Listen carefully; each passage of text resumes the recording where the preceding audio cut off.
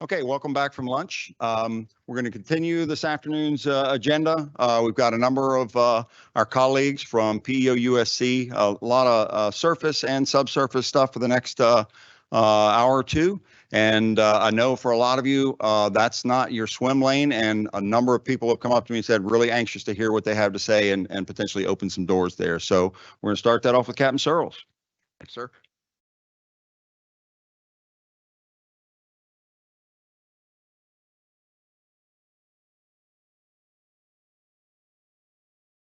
And am I driving slides up here or? Okay. Oh, look at that. All right. So that I don't keep looking up there, I've got a little hard copy here. But first of all, Captain Scott Searles, I've been in PMS 406 for about a year and a half now. My background is primarily surface shipbuilding, amphibs and auxiliaries, worked LPD, LCS, LHA, LHD, ship-to-shore connector, landing ship medium, EPF, ESB. So a lot of large ACAT-1 shipbuilding programs. So how does a guy like me find themselves in PMS 406? Well, a lot of it is what's on the horizon, the very near horizon for the program office. So we'll get into that in a minute. But first off, just know that I'm not an unmanned person by background, so I'm very new at this. So please be gentle. With that in mind, I do feel like because I'm new and because I come from a primarily a shipbuilding background, I do think that I've kind of shaken things up a little bit in my program office, and we'll talk about that a little bit as we go through. It is a very unique program office, and you'll see why in a minute. But with that said, I think as I think I'm might be the first one or the second one up from PEO USC. So first, let me say hello on behalf of Rear Admiral Select Kevin Smith. He regrets that he couldn't be here today. He's on medical leave right now, but he did desperately want to be here and to be with you guys. So he does send his regrets. But with that, we'll go ahead and we'll start talking about PMS 406 and the portfolio I have. So the first slide up, next slide. You can see this is all of PEO USC, and circled in yellow there is my piece of the portfolio. And again, PEO unmanned and small combatants, very much like PEO UNW, tries to corral all of those disparate things in one place so that all the things that are dual use technology and all the things that are meaningful across the domain get reutilized as much as possible to enable not only the intent of the things that we can do that are mutually useful and things that help us save cost and save time, but also to help across the domains where things you normally wouldn't consider things are dual use, but to try and force some of those things to break down those seams and those cylinders of excellence. So 420, 495, 408, and 340. And I think you heard from 340 earlier today with Mr. Rob Ayer. Rob's a PMS 406 alumni. But again, a very broad portfolio, born out of PEO LCS, and then as more and more unmanned things grew out of that LCS mission package, it became very obvious that there was a very strong need for an unmanned PEO. So within my piece of that portfolio, it's got a surface component and a subsurface component. And it has two future ACAT-1 programs. We'll start with the Orca XLUUV. And again, I'll talk about each of these in a little more detail later on, but Orca is an 85-ton, 85-foot long unmanned diesel electric submarine. So very large, very capable unmanned diesel sub. It's got joint emergent operational need, GEON, that came out about 6 years ago that drove the need. Boeing company has won the contract and has been building these for us. Under that GEON, it's for 5 vehicles.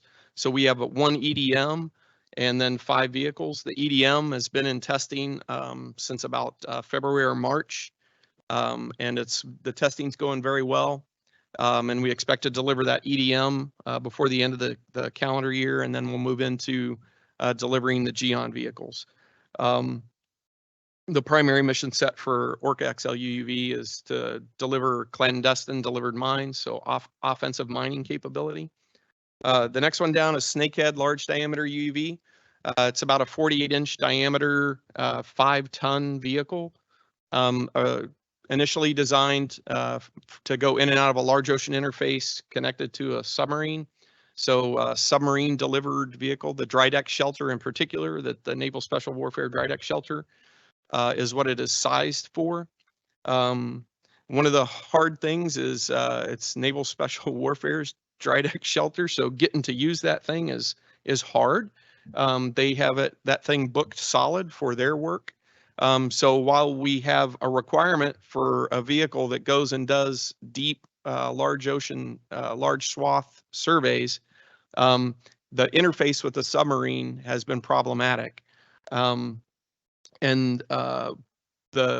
was the initial intent was, okay, we'll get onto the submarine with through the DDS, but the main goal for LDUUV was to go in and out of the Virginia payload module. As part of that Virginia payload module, there was a payload handling system. So the submarine community had to shelve the payload handling system due to cost constraints. And so when they shelved the payload handling system, that kind of left us with nowhere to go. So getting on and off the submarine now is a problem. So we have now shelved LDUUV. So Newark Newport has built one in the phase 1, and then we were getting ready to move on to phase 2, which was going to be to have industry build one or start building them. But that's now put on the back burner while we wait for a payload or for an interface with the submarine. It may not materialize with Virginia payload handling system. Probably won't materialize. And so the next opportunity becomes SSN next. And so when you start thinking about that, that's often the 2030s. So it makes sense to shelve this capability until it's got a submarine interface.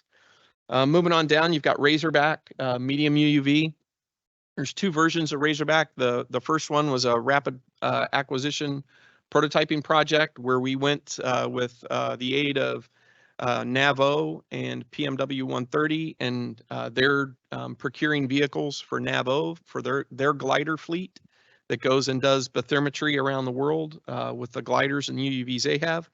So we just bought right off of their production line 9 vehicles, and we delivered those to Submarine Development Squadron up in Pac Northwest. And those were intended also to go in and out of the dry deck shelter. So again, trying to figure out how to rapidly go get things that are already available and then use existing methods of launch and recovery.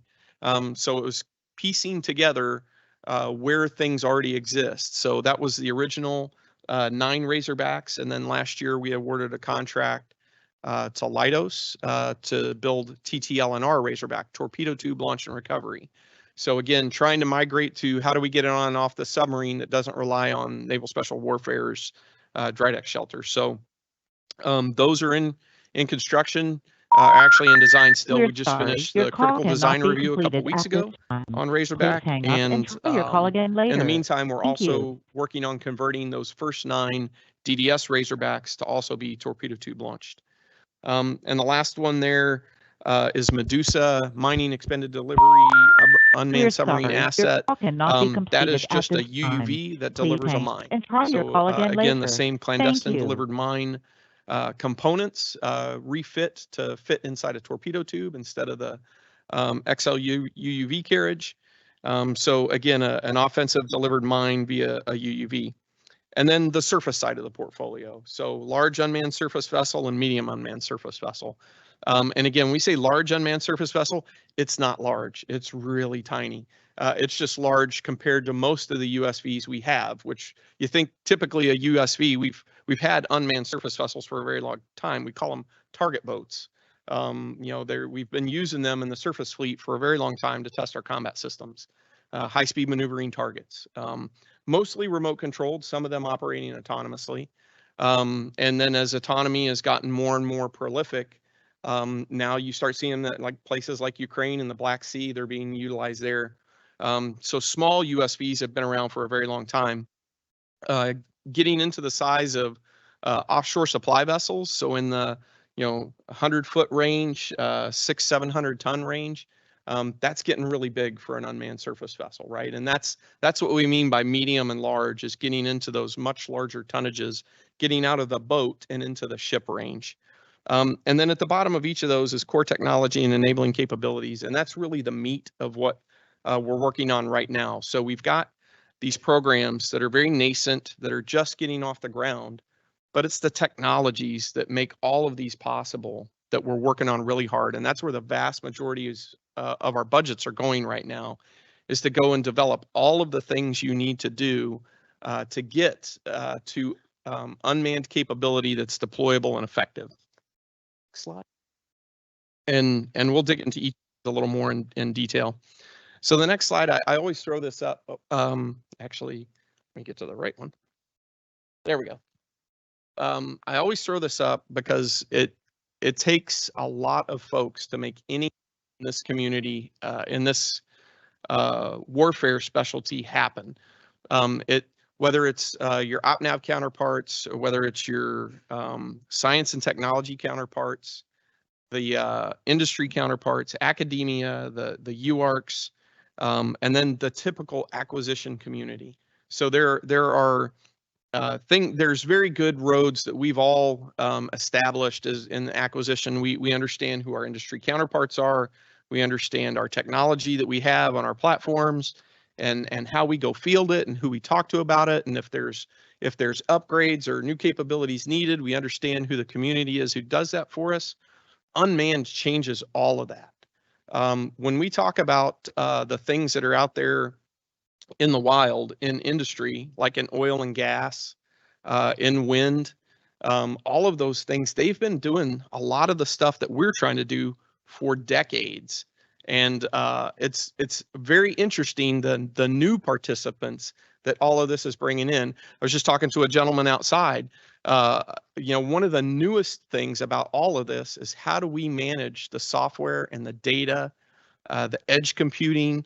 All of those things are completely new requirements, right? We don't want to have all of the data that unmanned platform is taking sent back to a human to be massaged and evaluated. So how do we write the software? How do we capture the data in a way that the software can quickly consume it like a human would on the ship, and then turn that into a decision?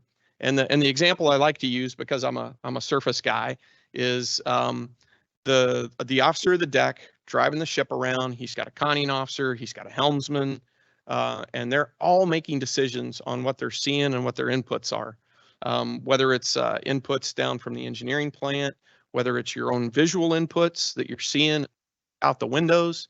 How are we taking all of those things and replacing them with machines? And then how do we take all those inputs and assimilate them? And then where's the software that makes those decisions, so that we don't have to feed all that back through the airwaves back to a human being?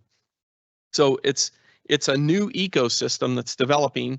A lot of it is the old ecosystem, but there's new connections that never existed before, or if they did exist before, it was just because it was neat and maybe it was a good idea, but now it's a requirement. Now we have to do it. We have to do edge computing, because there's no bandwidth to send all that data back to the shore site. We have to do autonomous decision making out in the wild, because we don't have the ability to suck up all of the bandwidth that there is available with just sending temperature readings back to the shore, so that somebody back on the beach can decide that maybe we need to shut down that engine. So again, the unmanned ecosystem is evolving significantly, and you're all a part of that. And that's one of the important reasons why we do these industry days, is to help establish who the new components are in the ecosystem. And most importantly, for us, it's a chance for us to tell you what we're doing on, what we're working on, how we're viewing things, and for most importantly then for you to give us feedback, right? So the The real work comes after this industry day, after we've been in transmit and we tell you what we're working on. The next step is for you to tell us how you can help us, how you can make us go faster, how you can help us get to capability sooner and more efficiently. Next slide. All right, back off my my preacher box and back onto the 406. So unmanned surface warfare at the top, in the top half there. Again, large unmanned surface vessel, medium unmanned surface vessel. I have something nobody in shipbuilding ever gets to have. I have prototypes. Right now we have 4 unmanned prototypes. Will be 5 next year, and then the one subsea, the XLE0. Orca XL UUV EDM, so that prototype. But I have Sea Hunter and Seahawk, which are medium displacement USVs, or trimarans, and then the Overlord USVs, Ranger, Mariner, and Nomad.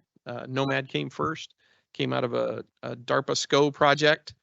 And so as those S&T communities have developed these prototypes and they do whatever they needed to do with them, they're looking to have a transition partner. Like, who wants this when you're done with it? And we're like, we'll take that. So it's great. We're able to do a lot of things that shipbuilding programs never get to do, which is go experiment and do risk reduction well in advance of program of record procurement. And we're doing that a lot. And if you haven't been following the news lately, our 4 prototypes are actually on deployment. They're in the Western Pacific right now. Ranger and Mariner pulled into Yokosuka last week in 7th Fleet, and they're back underway now, back underway with the battle group and doing more experimentation as part of Integrated Battle Problem 23.2. So that's the prototypes there on the right-hand side. Down to the bottom left, again, the UUVs, the smaller UUVs, medium and large diameter. And then over on the large side, XL UUV. And then in the center, you see, again, all those things and how we've broken it down. This is how we're thinking about the technologies that enable all of this to happen. And just starting at the top dead center and moving around, autonomy, first of all, because that's the thing that makes PMS 406 different from any of the prior UUVs that were either remote controlled or wire guided or had a fiber optic cable, or just went and did a dumb mission like go mow the lawn and take side scan sonar and then come pop to the surface and I'll come get you. And then I'll download your data and then a human being will watch that data real time. So that's kind of the way UUVs have been in the past, and that's completely evolving. And I think you're going to hear 408 next talk about that is in the past, and it's not like that at all anymore. But autonomy is changing all of that. The ability for software to replace human decision making on some of the things that are very routine and it makes sense. Now, in the places where we're not comfortable, where there's still trust yet to be established, then we'll still keep human in the loop or human on the loop, and we'll still monitor it. But more and more and more, we're pushing more and more decision making out to the vehicle and the autonomy, and we're just going to let it go and give it a mission and have it go execute the mission plan, and then we'll wait for it to report back. So think about XL UUV. It's going to launch from a forward operating base. It's going to travel a very long distance over the course of days and weeks. It's going to deliver mines, and then it's going to return home. And during that time, it will surface, it'll charge batteries, it'll tell us, it'll give us updates, but it's still executing that mission that it was given prior to getting underway. So again, very, very far down the road in terms of autonomy. RAIL is the Rapid Autonomy Integration Lab, and that's the development environment that we're setting up and using for autonomy. 2 things that we really want to accomplish there are, one, making sure that it adheres to our unmanned maritime autonomy architecture. So this is an architecture that we've developed. It's a standard that we've issued with the help of industry and academia, so that it's going to define software interfaces so that we can swap out components easily, that we can make software that's developed, autonomy software that's developed for one UUV, easily ported over to a different UUV. And we're going to demonstrate that later this year. But the intent there is by defining what the software interface standards are that will make software reuse much more affordable and easy to do. And then the other thing we get out of the rail is eventually we're expecting to get to where we're in a continuous ATO environment. So we can get out of this very bureaucratic. And if you want to hear me get on my soapbox again, talk to me about ATOs. But that process is horrible and it's broken and it needs to be changed. And the continuous ATO is the way to do that, where you develop software and as you're developing it, you're making sure that it's cyber safe and it's got good cyber hygiene. And then once it's out in the wild, it's secure. So you're making sure that everything there is good. Next slide. So again, I've already kind of mentioned all of this, but the for the unmanned surface warfare, you can see the prototypes there, the enabling capabilities and how we're breaking them down. And again, that's the important place where we're spending hundreds of millions of dollars a year right now is in those enabling capabilities. Whole mechanical electrical systems are super important. Being reliable, how do we replace all the things that the human watch standards do on ships right now? How do we replace those with machine interfaces, engineering operations type software? Advanced networks and radios, again, we're not inventing any new radios. We're not doing anything new there. I don't need a new HF circuit or a new SATCOM circuit. I just need it to work without people. So I need crypto to be loaded and reset. I need those radios to work without having to have a human being come click OK or click reset, or when a buffer needs to be cleared. So all of those things, that unmanning aspect of all of that. And the same thing with the integrated combat system. That's the same kind of Aegis baseline common source library.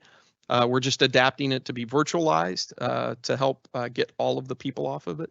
Vessel control software is very straightforward. That's the machinery control system, the engineering control system, ship control systems, all of those things that actually the surface, the ships and the UUVs, but now doing that unmanned. And then sensory perception and autonomy. The last piece of that is one where I hope, what I hope to get out of working with NavAir and with the aviation community is a lot of the sensor fusion. How do you take a lot of that stuff that's already been out there in the wild with UAVs with regards to sensors, and how do you fuse all of those sensors into a common data picture, a common operational picture? So that's something that we've been working on really hard, and it's not going well, but I think that's something that's already exists out there in the wild, and we just need to make the right connections. And then platform and payload prototyping, that's operating the prototypes. Next slide. Now you see the same thing on the undersea warfare side of things, and it's the core technologies have a little bit different names because the program office came together later. But those things all kind of started in the same vein, which is you need the same kind of autonomy, payloads and endurance. It's a little different with UUVs where you need batteries for a lot of these things. So that's one new line that's maybe not in the surface portfolio.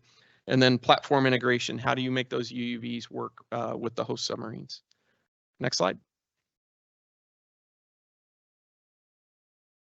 And that's the other half of the UUV portfolio, which is Orca and Medusa. And again, very focused on mine delivery. Talked about that. Next slide.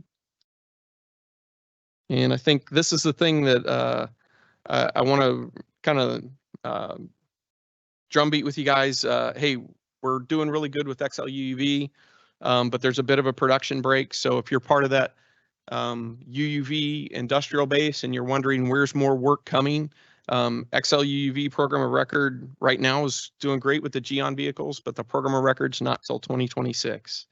The OUSV and MUSV sustainment and operations delivery order was last March.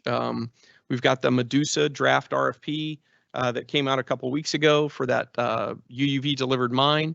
And then the RFP, please should come out this week if everything keeps going well. But we're definitely, that is like right on the cusp of getting out the door. And the thing I would tell you about that, if you're in the UUV world, again, when you read that RFP, and I've been trying to beat this drum, it may not come through in the words, but the audio that goes with this before the RFP goes out, because after it comes out, I got to shut up.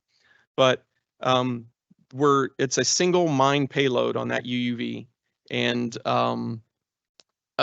that's the requirement. That's the threshold requirement. That's not a good value proposition for a submarine commander, taking a Mark 48 ad cap out of his torpedo room and replacing it with a single mine warhead. He's going to be like, no, thank you. I'll take my Mark 48. So what we have to get to, where we need to be driving that program to, is 2 mine payloads. It's really hard technically to get there right out of the gate. So we convinced OpNav to give us the breathing room to get the submarine launched mobile mine, which is 1960s technology, retired, and we'll get Medusa with 1 payload in his hands very quickly. But ultimately, we have to drive that program into a second increment, which then replaces all of those with 2 payload Medusas. So what does that mean to you? If you're interested in bidding on Medusa and you show us a very quick, solid path to 1 payload, that's going to meet the contract requirements, and you will be evaluated that appropriately. But if you also, as part of that, show us your value proposition for how do you get to 2 payloads, then you're going to get strengths above and beyond the minimum requirements of the contract. And now you're working on the best value decision. So you've gone from low price technically acceptable to the best value decision, right? So this is going to be a best value decision. And that's one of the things I really want to stress is for Medusa, it's important that we figure out for the Navy how to get to that 2 mine payloads. And then again, for FY 25-26, that's where the large USV, why 25-26? Because OSD Cape told us put it in 25 last year. We want it in 26. So we're asking for it to be moved back to 26. We need more time to develop those enabling technologies. But between now and then, OSD Cape may come back and tell us, no, put it back in 25, in which case we'll Roger out and go make it happen. But we would prefer it be in FY 26 so we can be better prepared. Next slide. Again, I'm not going to go over everything on this. And next slide. Keep going. One more.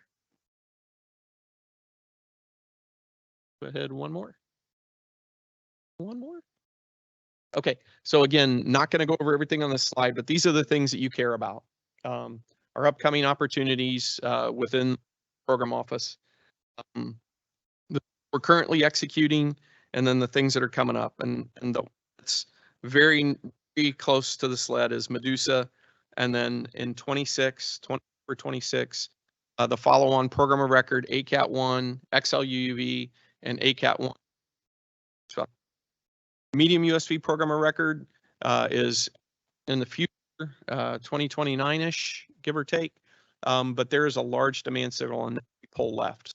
Your ear to the ground on possible fleet inputs to make that program come. We're trying to make sure we're ready for that.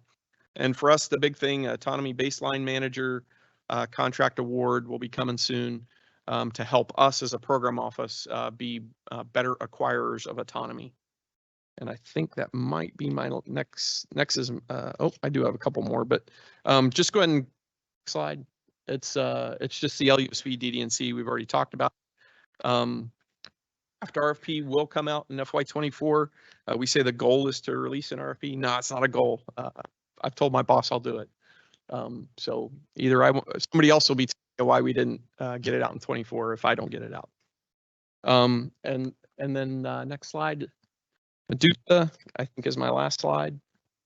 And again, that RFP that's getting ready to hit the street. So that's my portfolio in a nutshell. Sorry, I rushed through it.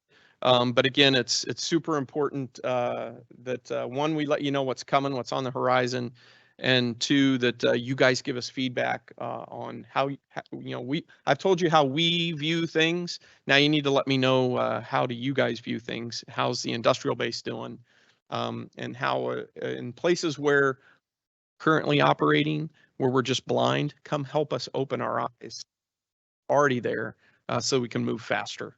Because ultimately, that is the demand signal, is to start fielding some of the capability much faster than what those timelines on that schedule chart show. Because our operators are extremely unhappy with those timelines. They want that capability, they just want it faster. Okay.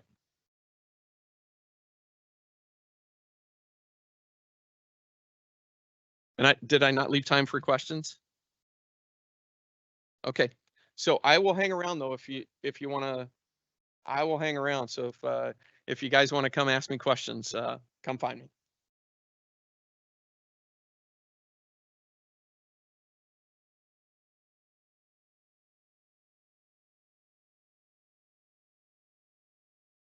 While we get set up on the slide deck, there we are.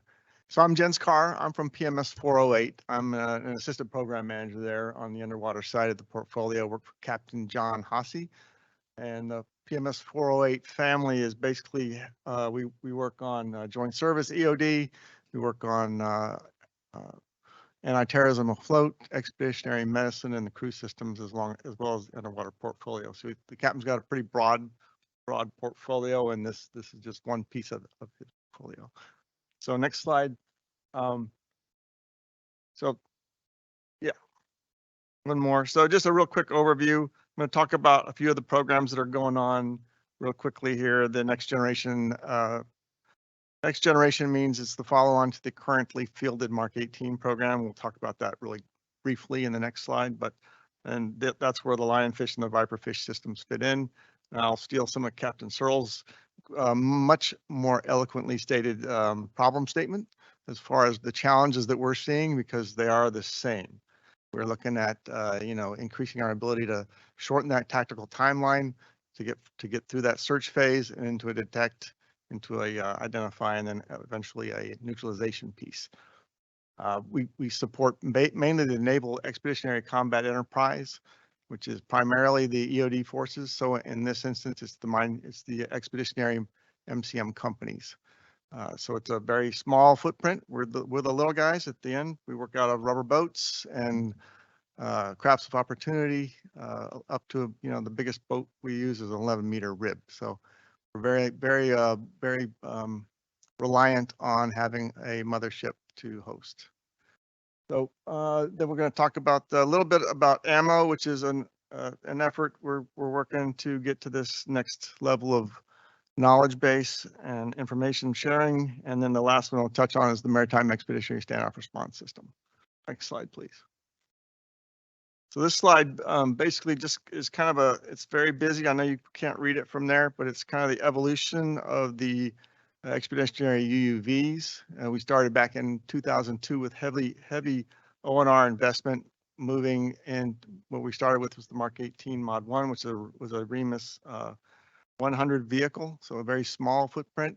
We started with that. We got that one out there. We started advancing those capabilities through the Mark 18 Mod 2 system, which is basically the medium-size UUV, still deployable out of an 11-meter rib. And those systems have now been in the field for many years, and the next generation's coming up. So labor that one. So on next slide, please. So the first effort, the small UUV, we're calling it the Lionfish program. This is a replacement for the Mark 18 Mod 1 system. It is a part of that family of systems. And we're looking to, right now we've got HII, or Huntington Ingalls, is on contract to produce and give us the Remus 300 variant. And we're hoping to field those first systems in FY24. This one was in our effort to go quick and move fast. We do a lot of teamwork with OTAs so the Defense Innovation Unit. It's been a big part of multiple programs here. We use them to get some rapid prototyping and fielding done, and then move them into the production side. So we're looking at advanced sensors here for real aperture sonar improvements in video ATR, which is automatic target recognition, which is a piece of the autonomy that we're improving, adding forward look sonars so we can look at in volume and not just on the bottom, and synthetic aperture sonars, which gives us a better resolution on the seafloors to improve our ability to classify and identify targets of interest. So the other part of the lionfish is that we're moving into a more classified world as we work on data at rest and data in transit encryptions, and increasing our ability to meet new security guidelines and things like that. So that is the Lionfish program. So next slide, please. Oh, sorry. One more on the Lionfish. So this is just a snapshot on some of the efforts that was done under the DIU prototyping effort. participated in multiple exercise. We get a lot of fleet involvement in these. We've done a lot of, so there's almost like a fleet experimentation where we're getting early looks from the operators that we can ensure that we're going the right way with the technology and that we're meeting their demand signals for footprint, size, weight, power, things like that, that we can actually, they can use in the field. And so a lot of that was working on improving the UUVs instead of just having one go out and search and then come back to the ship and downloading and doing as Captain said, you know, line by line real-time scanning. In order to shorten that tactical timeline, we're looking at vehicle collaboration where we can do multitasking, we can do retasking of the vehicles in transit and redirect them towards targets of interest to do a better survey or things like that. So that's the lionfish program. Similar, next slide, similar effort as far as capability under the Viper fish. It's a more capable. This is the next generation medium unmanned underwater vehicle, and it's designed to replace the Mark 18 Mod 2. This is the we're in the collaborative development space with PMS 408, and where we're calling it ours the Viperfish, and their variant is the Razorback. So, and that's under the same contract. So it's a collaborative event between the two program offices. So a lot of synergy there at PEO. And then it's just some other advanced sensors that we're looking at continuously here. You know, we're looking at improved forward look sonars, higher resolution on sensor packages like the side scan sonar, improving the data at range capability, which allows us to transmit more data. If you talk about a challenge area, we're working in an underwater environment where you can't use RF, so it's a big challenge moving large amounts of data through the water column back to the ship. So that is a big challenge area, and that goes across all of our programs. Next slide. So real quickly, I'll touch on we're calling it AMMO, which is a collaborative effort to develop new machine learning tools and move all this stuff from local control and to a cloud environment so that we can manage that, build the ATRs and MLs in an online environment, and then quickly move that data down to the edge computing that's needed at the operator level. So this one is in progress. I think there's about 4 or 5 companies that are on contract, and I'm not the expert on this. So if you have real questions, I will write them down and take them back. But that's kind of it. We're looking at, you know, developing the MilOps pipeline, kind of our banner there, using an online or a cloud structure, and it's all designed to accelerate our ability to both learn what's out there, pass that information up to the cloud, build the new algorithms and get that information back out so that the systems can then use that to automatically detect instead of having to rely on operator visually scanning all the software or the scans. And that's Project AMMO. And next slide is the Maritime Expeditionary Standoff Response System. That one is under my portfolio. So if you have questions, I could probably answer this one the best out of all these that we've talked about today. This is a family of systems. This is really focused on the finished part of the equation. So this is the tools that we basically, I say we're removing the diver from the loop. So we're trying to get the diver out of having to hand carry explosive charges down to a target and detonating them into an environment where we can increase our safety of the divers, get them out and use tools to do that. The system is based on the Mark 20 Mod 1 remote operated vehicle, which is a video array Defender COTS solution that we've modified for our purposes. Those systems are actually in the field right now with operators under the base ROV configuration.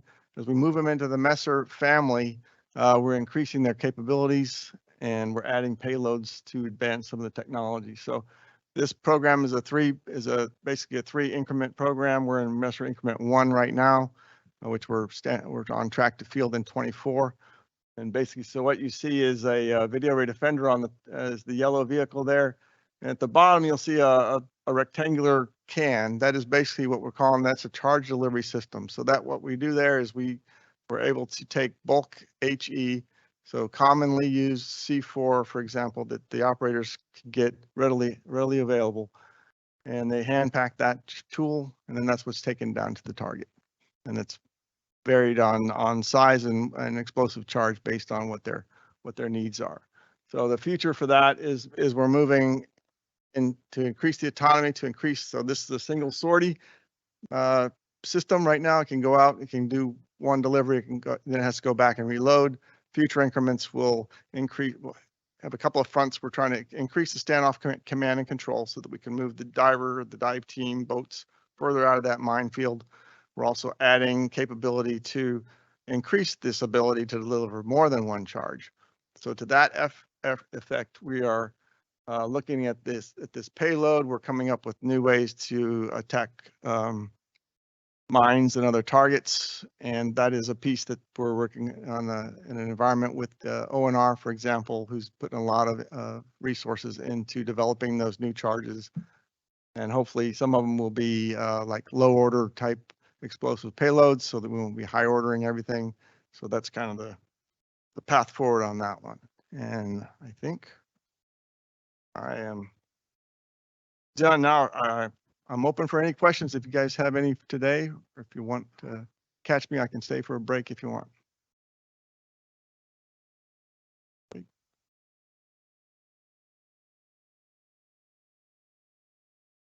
Yep. So the question was to talk about the video ATR module that was presented on the slide. A couple of yep. Yeah. So what that really means there's two different things. The video on the UUV platforms is a package developed by Arete and ARLUT. Is a collaborative effort, and that gives that automatic target recognition piece into their camera base. So that's an image-based sensor on that side.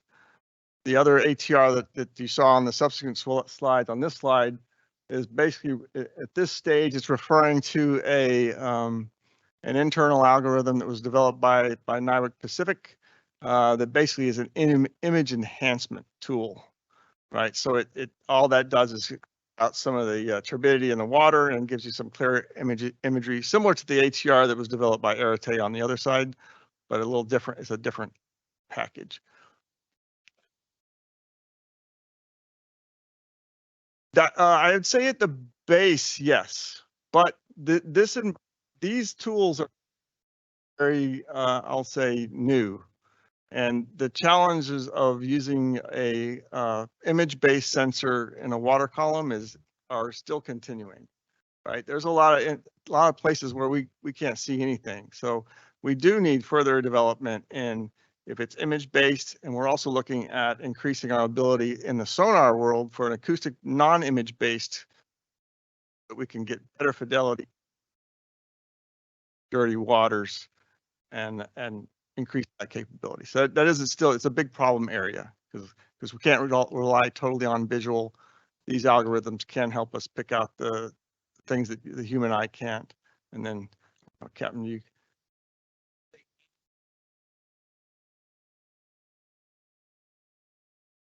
Yep.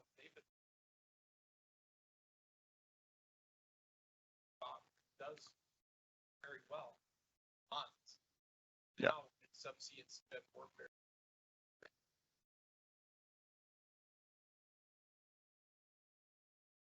Somebody put it there. So there is definitely a long way to go as we're trying to steal all of the good work they've done on automated target recognition and ATRs, and especially in the fusion of the sensors that do ATR between video and sonar. Now expand that to everything else that you find. All the other junk that's out there on the floor, is it junk or is it something we want? That's one of the things where we in my portfolio are hoping to steal all of his homework.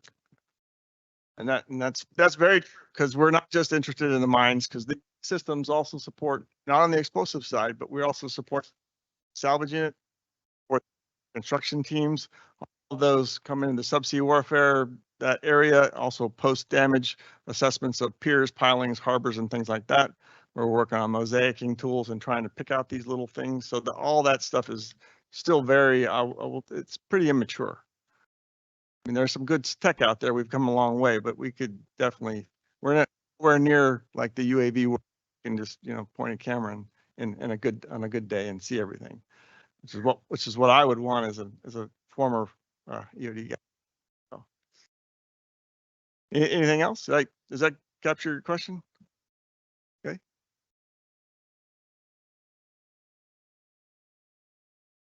One more.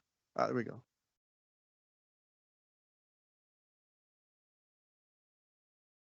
So in another life, I worked with the underwater stuff and so forth, with ROVs and so forth. So my question to you, have you had any interface with Soup Salve? The contracting operators have some very sophisticated equipment, and they find and see and recognize stuff with that equipment, and they have been for a long time. I can't imagine it wouldn't be helpful. Yeah, I guess I'll try and answer that. We have not, I'll say I recently haven't had a whole lot of dealings with Soup Salve.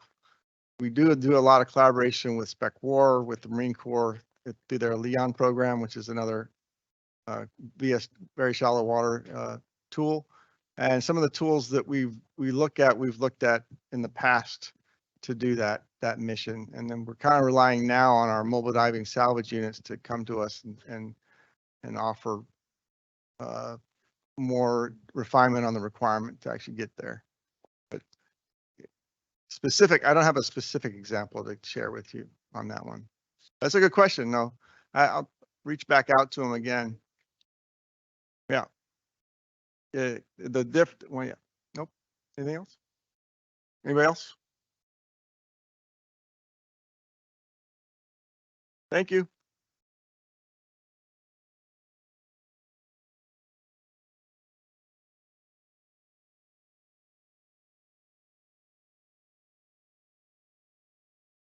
Okay, our next speaker is online also. Again, you'll be able to see his slides.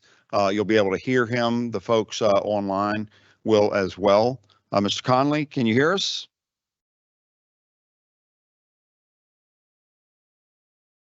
Can you hear me? Mr. Conley? Comms check. Can you hear me? Yeah, we can hear you now. Go ahead. All It's all right. yours. Thanks, sir. So Jared Conley is my name. I'm from PMS 420 within PEO USC. PMS 420 is the LCS Mission Module Program Office. Do apologize for not being in person today. We've got a exercise starting up Monday, working with 4th Fleet down in Key West. So just putting the final touches before we send stuff down south for that exercise.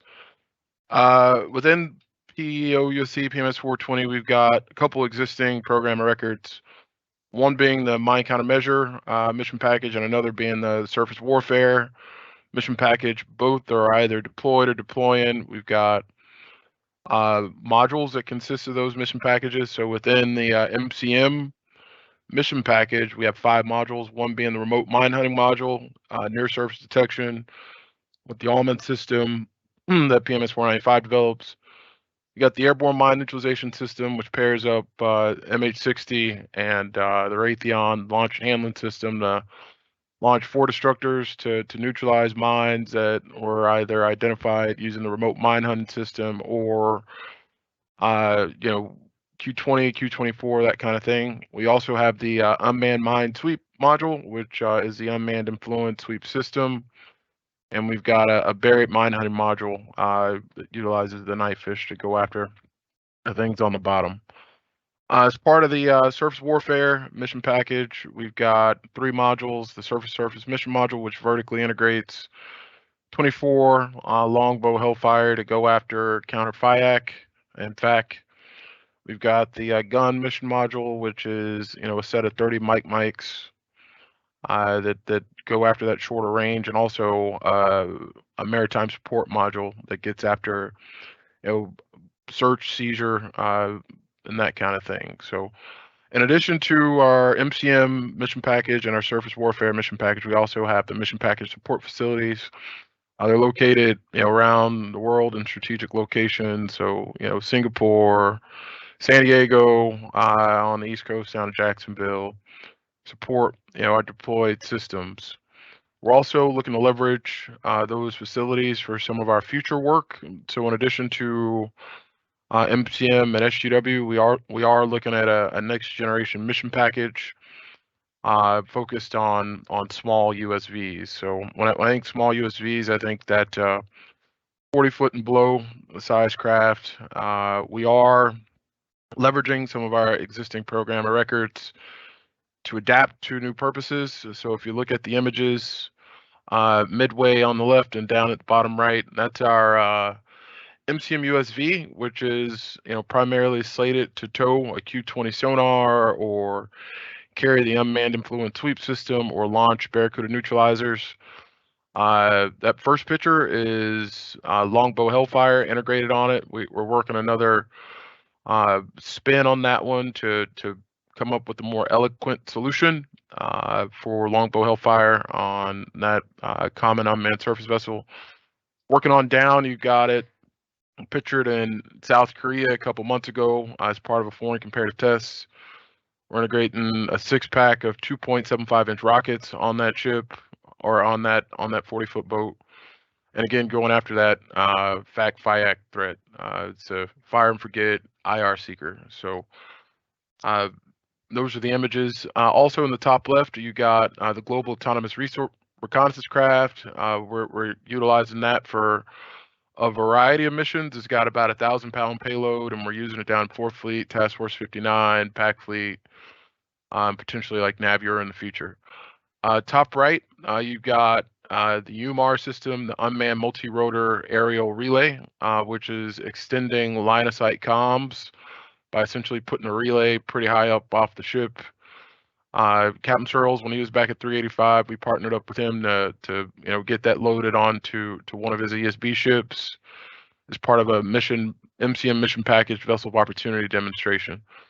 Coming around, you've got the Sail Drone Voyager sitting on the pier in Key West as part of their Operation Windward Stack. So we're working closely with DIU, CO2 to rapidly fill capabilities, in response to fleet demands here.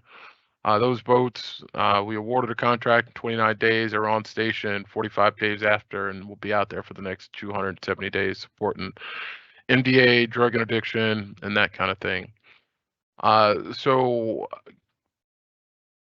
Captain Charles also mentioned the autonomy. So a lot of what we do is we're leveraging a lot of the good work that those folks are doing on the autonomy baseline, and software that they upload to the rail, in addition to their common control solution, their CCS system.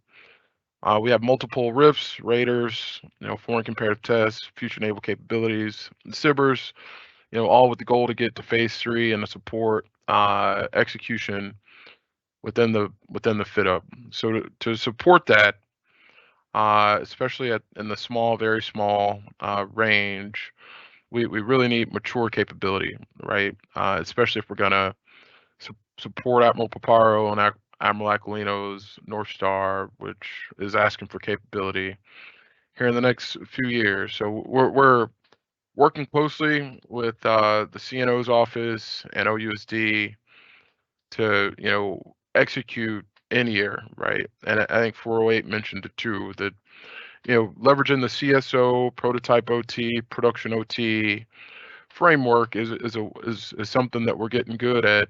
And again, in partnership with DIU and CO2 to push capability out of the door and deliver it to the warfighter, within the fit up.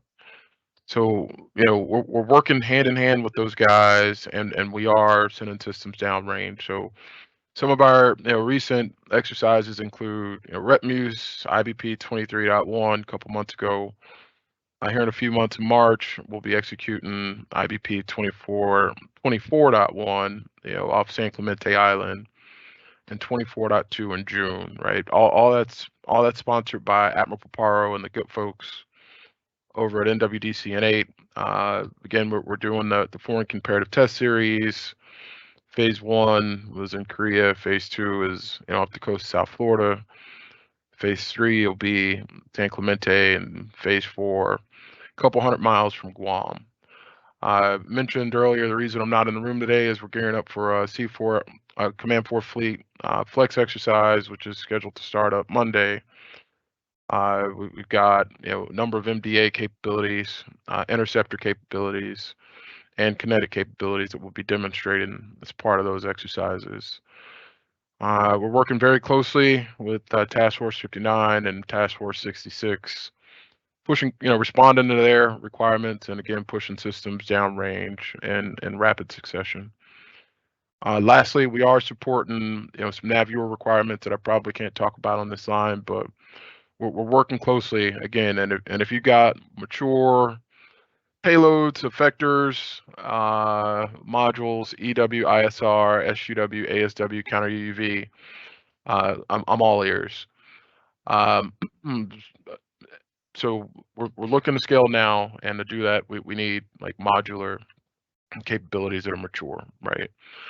We are flexible on the fielding construct, whether it be government owned, government operated, government owned contractor operated, or contractor owned, contractor operated. The way I kind of bend it in my brain is, if it's dull, I think it fits well for like a contractor owned, contractor operated framework. If it's dirty, I think I understand industry doesn't necessarily want to put their systems, the systems that they own, out in dirty environments. So a lot of times we'll buy it, but we still feel a need that we understand that some of that stuff that we own can be contractor operated effectively. That last framework I got, I talked about dull and I talked about dirty. You got dangerous. So for the more dangerous missions, those are more inherently government owned, government operated. Probably a discussion for another forum, but I think you guys know where we're going. So for ongoing efforts, we've got our Magnus advanced sweep and integration on the USV. It'll be it's an FNC project that we're working with N94 and the good folks up at Philly, that Warfare Center up in Philly, to drive home a non-towed, super temperature, high conducting magnet to basically get the tail out of the water and help us sweep more effectively and across the environmental spectrum. I mentioned already that the COCO ISR for maritime domain awareness, we've got 10 boats down operating in 4th Fleet today. Working closely with, again, like NavalX and DIU to get through the CSO, prototype OT, production OT framework, leveraging capabilities that they identify, and working like hand in hand with the fleet to push those systems downrange. Mentioned already that we're working closely with 406 on their government autonomy baseline work. We'll need to take that a step further, as we think swarming technologies in the small USV space that may not be inherent for the medium and the larger USVs that Captain Searles leads over there. Highlighted Pony Art missile system already.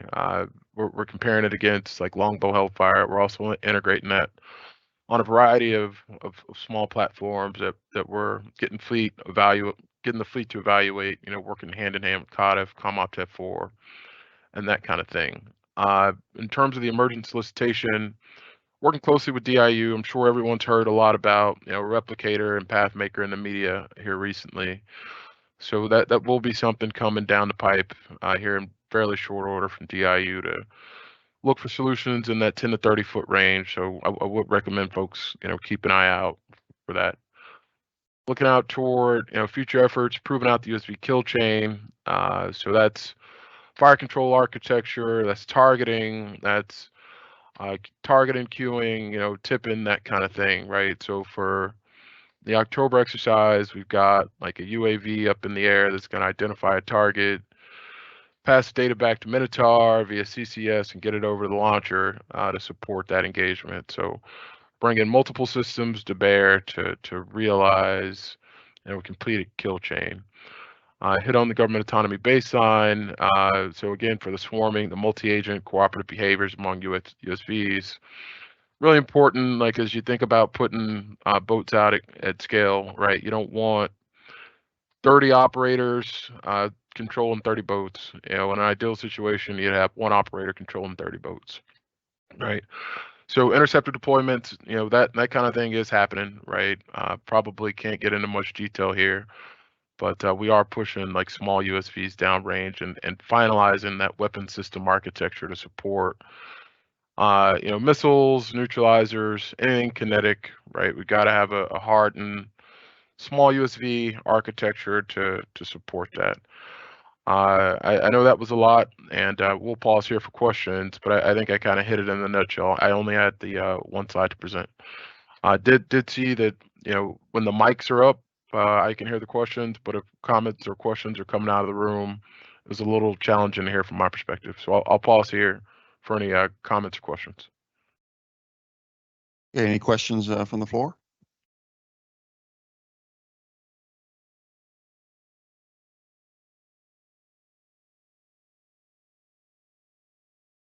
Just Connolly, we do have a question. Good afternoon, Dr. Conley. I noticed your contact information there. I was curious if you had a mechanism for communication via white papers or RFIs, that type of thing. Yep, definitely can get you in contact with our CO2. Like, I don't want to break any rules, right? Like unsolicited proposals, that kind of thing. But like, I think if you send me a note, I'll make sure like I'm on firm ground with O2 and definitely interested to see what you got. We have another question. Good afternoon, Dr. Connolly. Question for you. What sort of networking requirements are required for these vehicles? Yeah, so that's a good question, right? So a lot of this stuff has to be non-ITAR. I know like a lot of you guys probably saw what happened, down at TTF 59 with the Soldier and Explorer. We are working with the larger Voyagers and surveyors that reduce risk of them getting snagged by like pirates or whoever. But non-ITAR is a big thing for us, especially as systems are operating alone and unafraid. We are looking at mesh networks. A lot of our comms are leveraging Starlink. We've got this thing called the multiple vehicle control solution, which is a Navy-owned product that leverages Starlink to make sure everything we get is encrypted and protected that comes across whatever network that we choose to leverage. So it kind of all depends on the instantiation, but as we look to push systems downrange, non-ITAR, mesh networks, sometimes we use your standard Silvus radios. It kind of all depends on the instantiation.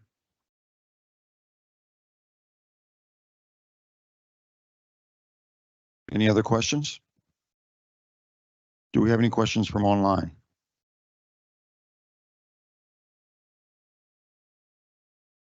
Okay, Dr. Connolly, thank you for your time. I think we're good. Thanks all.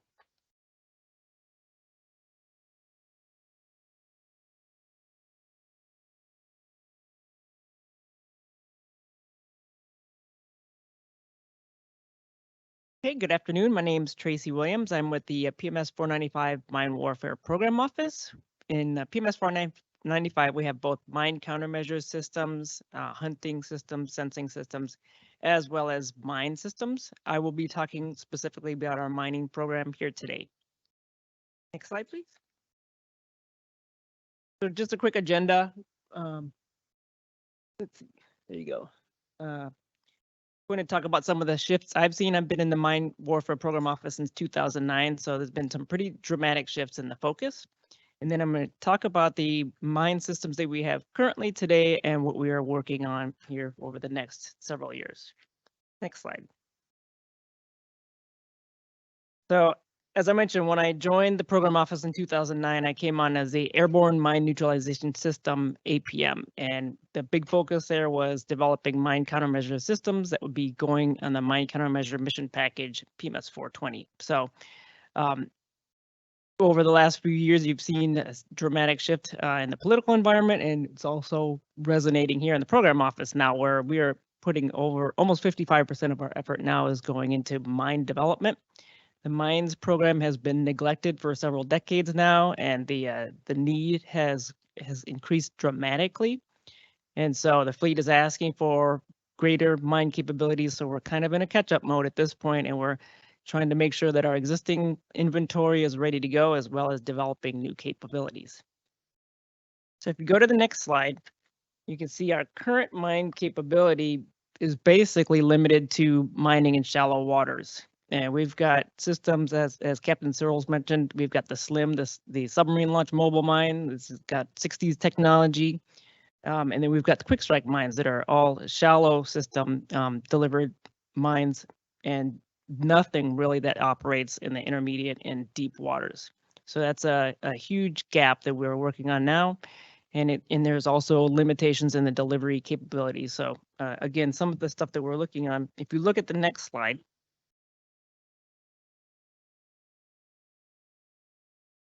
One more, please. There you go. What this slide is supposed to be showing is where we are trying to cover down on some of the gaps. So if you look in the intermediate and the deep sections, you'll see that we're now looking at a system that's going to try to fill the gap, but it's still only just a part of the overall effort. We've got a couple of new developmental mines that will tackle some of the shortfalls, but again, we're still looking for more ways to increase the gap. And so what I'll do is I'll talk about these mines in more depth now over the next couple of slides, and then offer up some areas of opportunity where we could use some help from industry. So starting on the next slide, I'm going to take a look at the aerial delivered mines first. The quick strike family of mines, those were introduced in the mid 80s. Basically, we've got three sizes that we're looking at: the 500-pound, the 1,000-pound, and the 2,000-pound quick strike mines. Again, as I mentioned, they're shallow water. The big takeaway here is these mines are all delivered by the aircraft actually flying over the contested environments, and so it's a huge, I guess, not something that most of the aircraft are interested in doing at this point. And so what we can do with these mines right now, we're just looking at upgrading some of their targeting capabilities, and that's what you see with the various mods at the bottom. But really the press is to move away from these types of delivered mines and move to where we can get the aircraft out of the contested zones. So if you go to the next slide, quick strike extended range is our first attempt at getting the aircraft out of the contested zone. This is a mine that's currently under contract with Boeing. They've added a wing kit and a tail kit to it, a JDAM tail kit, and it gives you some standoff, but you're still not as far away from the contested region as the pilots would like to be. It's the same shallow type water mine. So again, they're not getting after the deeper range. The goal is to get the aircraft out of the contested zone. We've completed a lot of our preliminary tests to validate the software and make sure that the flight software is ready to go. We are now getting ready to take delivery of some non-functional wing kits to do some safe separation and captive carriage testing, and then we'll move on to actual operational tests when we get the functional wing kits. Right now, we're targeting starting this testing series either in the December, January timeframe, push on through to get to the ultimate operational test in third quarter, and go on to initial fielding. Next slide. So here is what we have in the work. We're calling it the Long Range Aerial Delivered Maritime Mine. This is the mine that the fleet has been screaming for and want to get it as fast as possible. Looking for a mine that can be delivered from, I will just say, hundreds of miles outside of the contested area. And so obviously you're going to need to have a power source to get this to the precise emplacement of this particular mine. We're going after this as a rapid prototyping type effort. So pinpointing using the Mark 62, which is the 500-pound, and then working on right now working on the acquisition plan to get the contracting in place. I had mentioned on here that we were going to have an industry day in late October. I think with the government shutdown looming, it's likely going to slide into November. There will be a SAM.gov announcement coming out. Again, looking for interest. We did have an RFI that went out last year that talked about a similar effort, and so we know there is interest, and we're definitely hoping to get some good interest on this particular system. Next slide. So now I'm going to shift over to the clandestine delivered mines. The first is the SLIM that was already mentioned. It's a very old system. We have limited quantities that we're kind of keeping alive, but we're looking to move on to additional capabilities to replace this. So if you go to the next slide, first is the Mark 68 CDM, clandestinely delivered mine. This is a mine that's actually going to be delivered by the XLU UV for Captain Cyril's. We've already got the mod 0 pretty much developed, and we're working through the final type qualifications and the safety for the WESRB. It repurposes the Mark 13 warhead and adds on end caps, and then we basically would deliver that. Mods 1 and 2 are in development now, and they add command and control enhancements, again, targeted for XLU UV or other delivery systems if available. But the goal here is to load up multiple CDMs on a single XLU UV, and the XLU UV would swim out to different locations and drop them and then swim on back. And so definitely something we're looking forward to getting out to the fleet. We've already bought the first couple of procurements, and so we're looking forward to enhancements here. This is an area where with the mod 2, we are incorporating a new explosive fill as well that the Navy is working on. And then we're also going to be looking at different types of electronic safe and arming. And so that's something that I'll mention now. We're probably in our program office going to be doing a RFI seeking information on available electronic safe and arming devices, target detecting devices, that kind of thing. Because right now we're working on a lot of older mechanical systems and looking to upgrade, get into the current century. Next slide.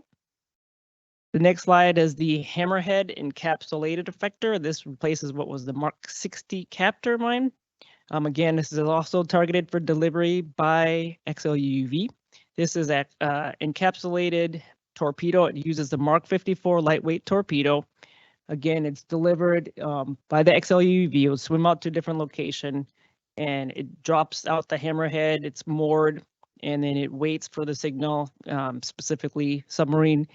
And once it detects the target, it launches a torpedo and swims out and engages. So this is another effort that's underway, working towards their quick reaction operational testing coming up here next year as well.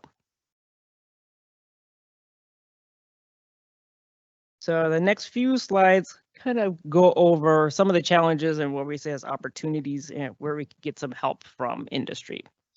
First off is delivery methods. So again, right now we're limited specifically with our aircraft. The Air Force is primarily the only interest as far as delivering the mine systems. The Navy's been kind of backing away from that. And so, and again, it's because we're having them fly right over contested areas. So any opportunities to help get the aircraft out of the danger zone is always welcome.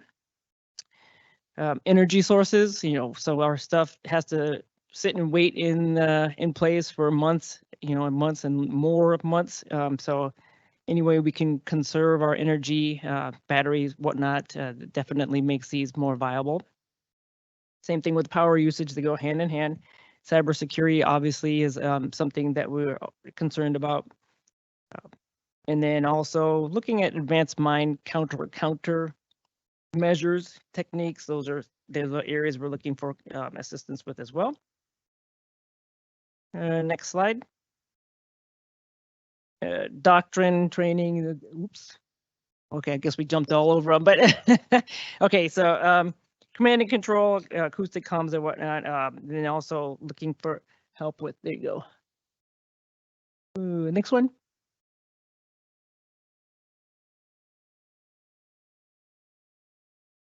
Next slide. Okay, so maybe they got chopped off, but that's okay. I can rattle off a couple others. We are looking at other types of effectors that can be incorporated into mines. So we're looking at either new explosive fills, different smaller types of weapons that can be incorporated. We've got the Mark 54 torpedo. Maybe there's other weapons that we can incorporate to use for getting after the overall spectrum of the sea that we're trying to actually cover down on. Target selectivity is another area where we could use help, making sure that we're actually able to collect the signature data that we need to be able to target more craft. And then another area we're seeing is integration, commonality. We're looking for systems that electronic, either safe and arming devices or other types of devices that can be used from one system to another type of explosive instead of having, a unique solution for each set. So some cases we could look at sharing with torpedoes and other mine systems. Right now they're all individual and makes it that much harder to maintain and keep them in supply. So in general, we're definitely on the catch-up mode when it comes to all things mining, and we're always looking for assistance from in industry to help us get us to the capability the fleet is asking for. I think I should have also a contact page on the next slide. Unless that got chopped up to you. No, okay. All right, so I do have a hard copy contact list if anybody is interested, and I'll stick around during the break to help with that. So any questions?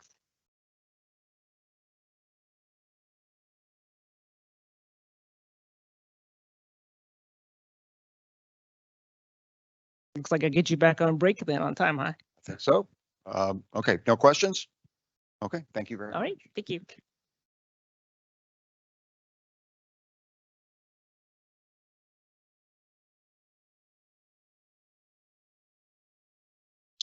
Okay, everybody, believe it or not, about 3/4 away through day 3, and we are exactly on time still. So let's take a 20-minute break. We'll be back at 14:40, and we'll talk about subsurface.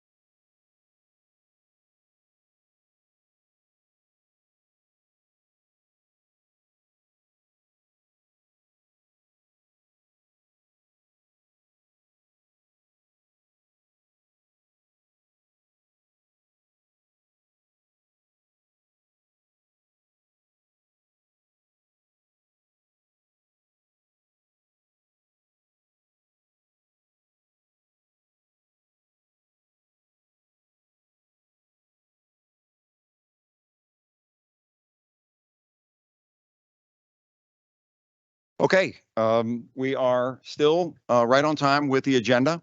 We're going to shift focus a little bit now, and Susan Lachaume is going to talk about Maritime Surveillance Systems program. So, Susan.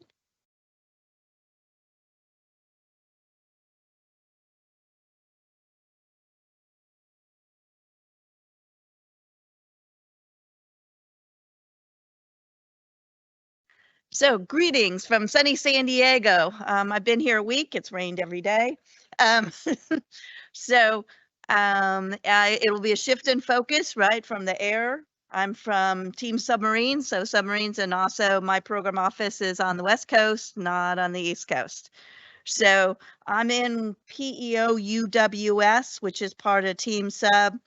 From the perspective of the air community, I consider you guys the pouncers. So you guys are the ones that take the contact reports that the operators for my system and my program office systems provide, and then reacquire and drop the weapons. Next slide. I'm not seeing them on here, but that's okay.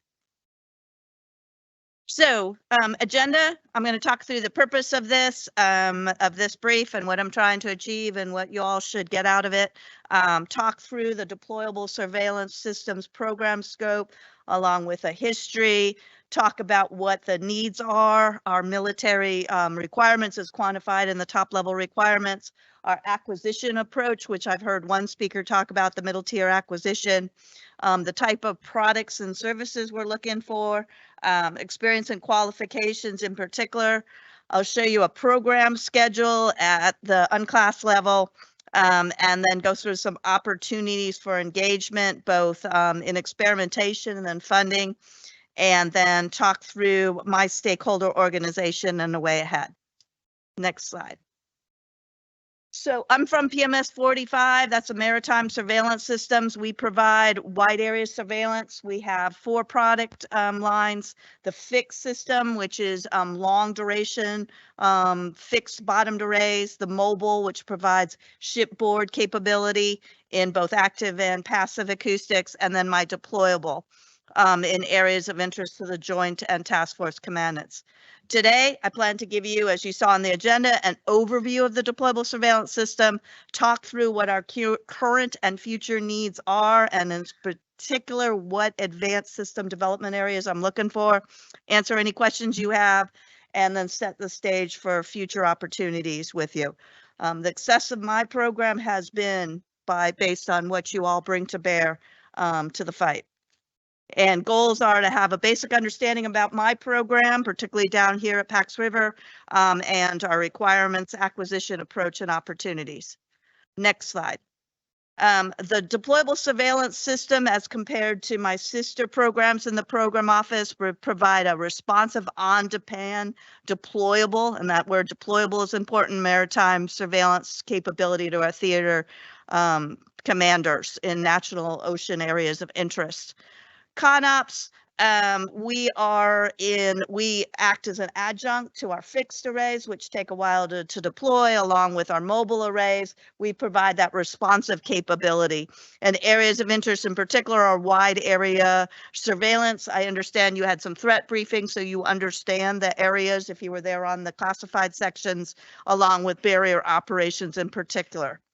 Our key system development areas per the NDAA this last year, I represent the unmanned deployable fixed ocean systems and the unmanned deployable mobile ocean systems. That's what defines deployable surveillance systems. Next slide.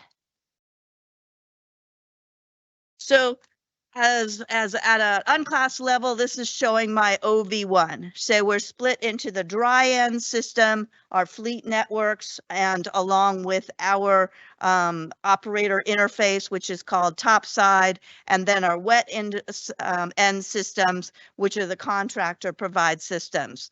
We're in an incremental development system. So our first increment is deep water passive, nearing the end of their middle tier acquisition rapid fielding effort. And then our deep water active, which is up and coming, and we're in with a congressional plus up operating and some early prototyping of an S&T system to refine fleet requirements.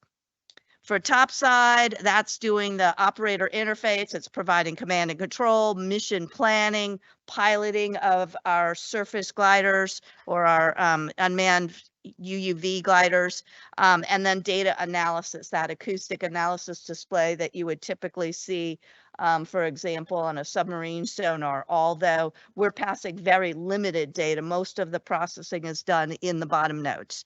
For the passive system, there's a surface node that provides the data relay and also needs to be piloted along with the bottom node where our sensor system, our processing, and our health status.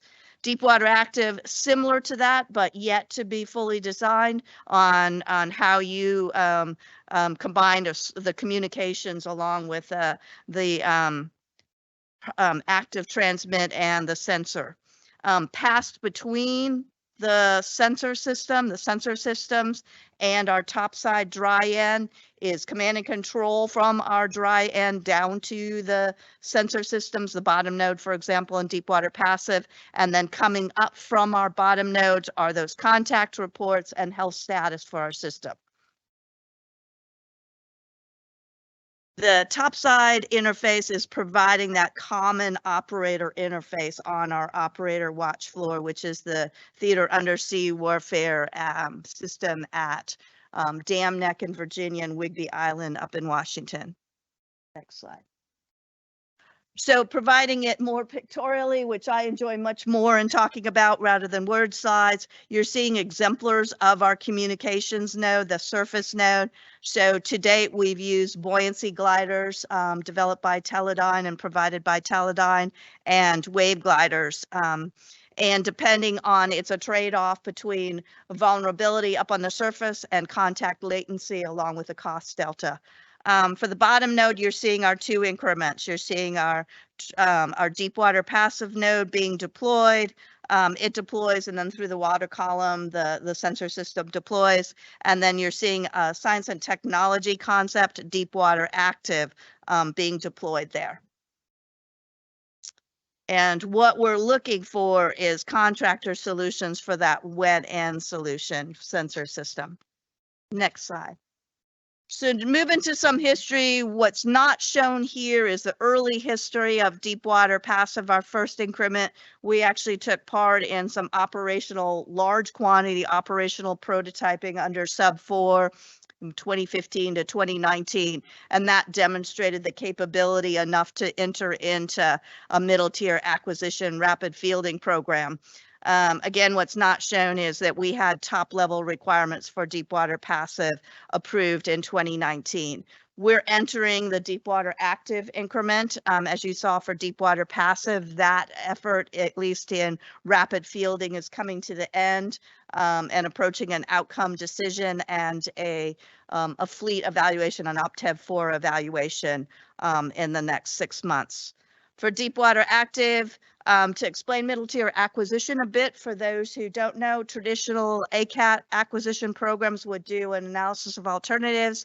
For middle tier acquisition, instead, they do a course of action analysis that was completed 3 years ago.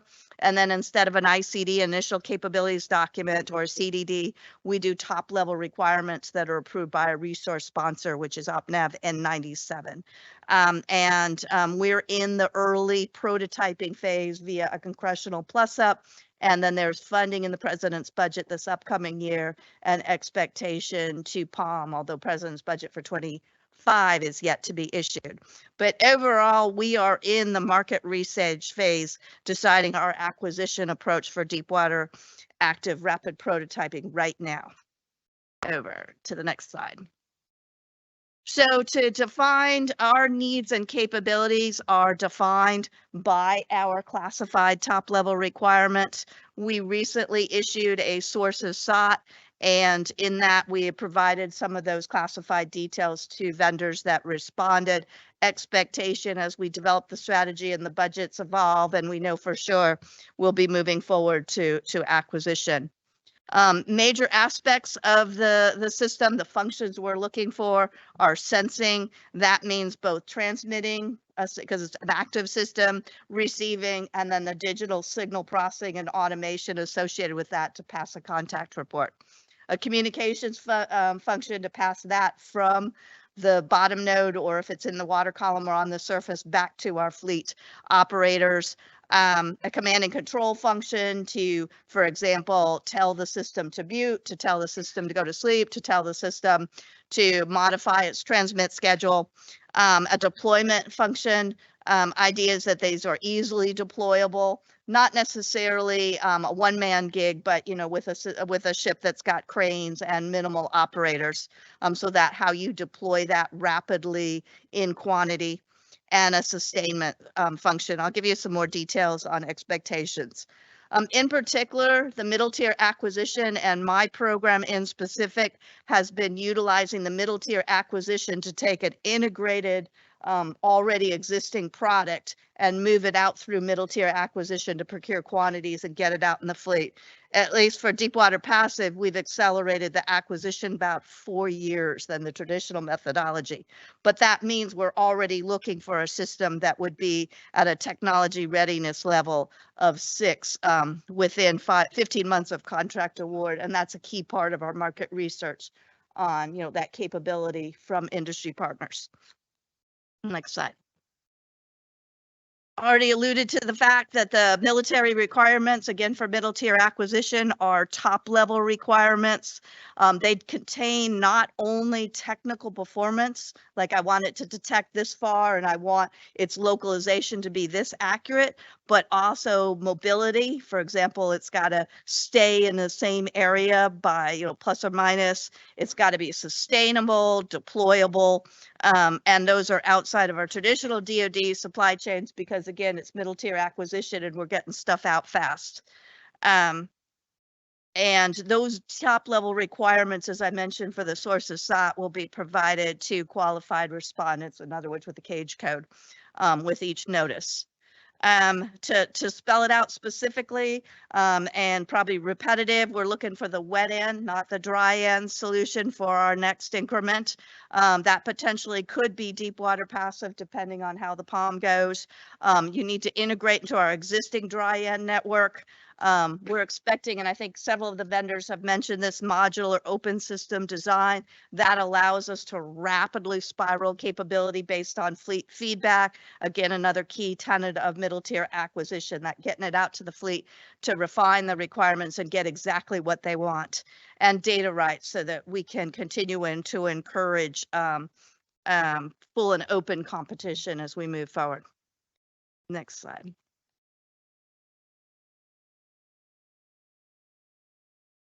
So I think I've gone through this, but Deepwater Passive entered in a rapid fielding. So this is talking about 2 columns, our first increment, Deepwater Passive, and the second column is Deepwater Active, our second increment. So the pathways overall are middle tier acquisition. Deepwater Passive, because of the operational prototyping, entered in rapid fielding. Deepwater Active, it will enter in rapid prototyping. And then exit criteria is a Tier L8. That's why we're heading to an Optiv 4 evaluation coming up as an exit criteria for Deepwater Passive, while for Deepwater Active, it's a prototype demoed in an operational area. For Deepwater Passive, the final stage of a middle tier acquisition is an outcome determination decision that at the end of the acquisition decision memorandum, which will be issued by my PEO in second or third quarter of this upcoming year in 24. For Deepwater Active, we're engaged, as I mentioned, in market research. Industry participation for Deepwater Passive, as we move to sustainment and ongoing procurement, alternate technologies would be considered if they're non-developmental. We're not an S&T organization. We're not going to go back and do a whole nother development stroke. And then for Deepwater Active, we're looking to move a integrated system that needs to move from engineering to get that reliability up and into manufacturing. Next slide.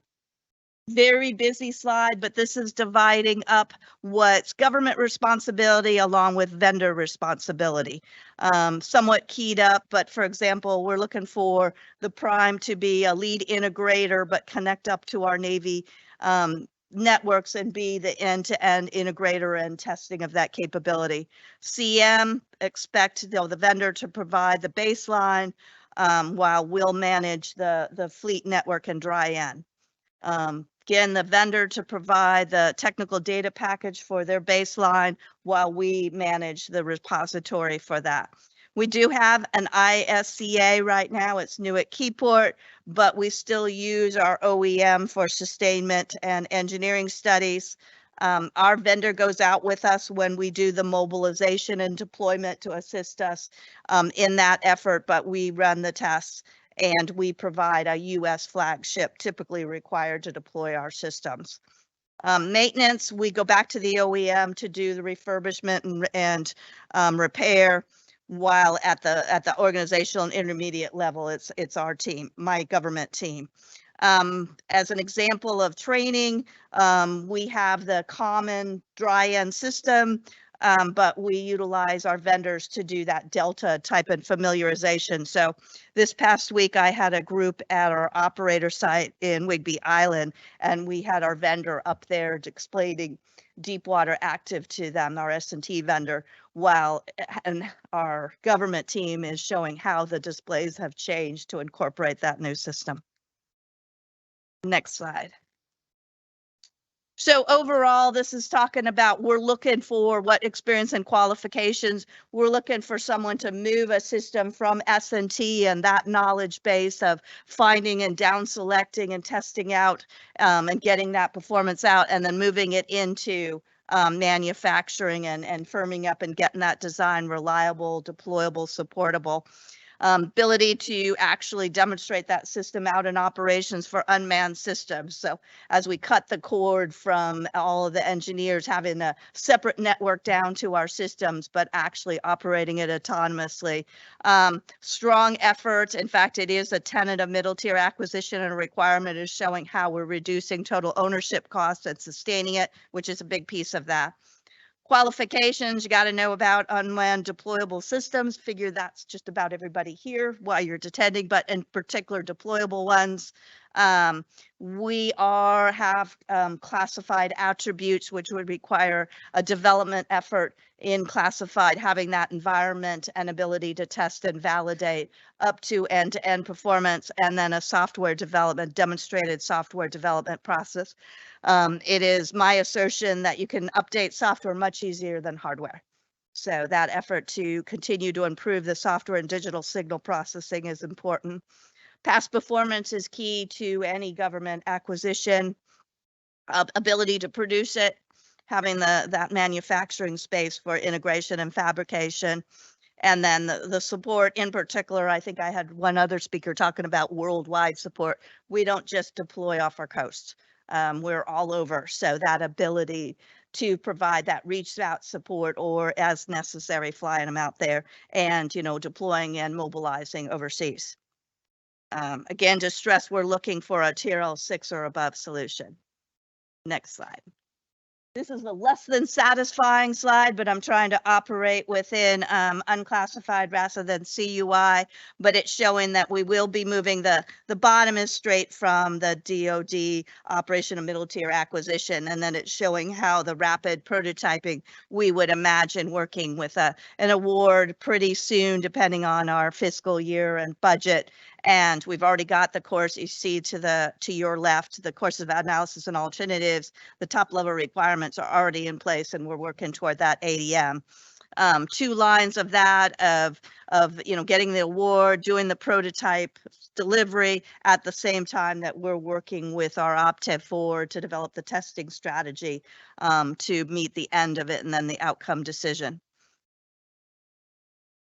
Next slide. So this is outside of my own program, but overall, particularly in the phase that we're often looking at our S&T providers within the government, DoD to provide it. Here's opportunities to take some of your technology, get it out in experimentation, and get over that transition from a single one-off into an acquisition program office. So one of them is utilizing the radar proposal, the system. And we have engaged with them. And then the warfare centers oversee an advanced naval technology exercise that allows demonstrations. And then ONR has a naval X-Tech bridge. Funding opportunities, nothing to be unexpected, but the ONR broad agency announcements that they do for their FNCs and their IMPs, SPIRs, particularly for big business teaming with small or vice versa. The WILIF funding, again, we're working with them a bit on a potential system that's run by UWDC, and again, is an experimentation and fleet experimentation that allows it within an overall fleet experimentation to demonstrate and get that fleet feedback, and then Navy Seaport. Next slide. This is, I liked how someone said it, this is the deployable surveillance systems ecosystem. I would say this is actually the DoD one because it's missing the most important piece, our industry partners, y'all. But overall, it's giving you an idea of how I fit with my program fits within it. Our resource sponsor is a submarine resource sponsor N97. Already told you our PEO is PEO UWS, my program office. We work directly with DARPA and ONR, and our UARCs and warfare centers are part of our my team. Up to 4, I've mentioned them. Our fleet requirements come from Commander Submarine Forces and are articulated in an integrated product capability list. A classified one, our TICOM is ComSubPac. Our ISIC is Commander Undersea Surveillance, and our 2 operations centers are at Dam Neck and up in Wigbee Island. We also use the Glider Operations Center to pilot our gliders and wave gliders. And then Topside was developed by Newark Newport and is managed there. That's our dry end system, and our ISCA is Newark Keyport. But we involve other warfare centers. For example, my ops lead is from NIWC PAC. So my final slide, looking forward to engaging with you with these upcoming opportunities. You're key for us getting that technology out. My small team is very eager to work with you and very skilled at taking these S&T efforts and getting them out to the fleet. Lots of lessons learned as we go through it. And again, our current effort is that evaluation of market research. So I'm very interested in engaging with all of you, and so is my team. Questions?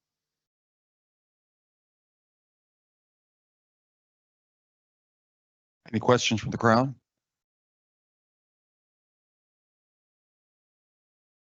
Any questions online? Okay. Any questions? Okay, thank you very much. Thank you very much, all of you.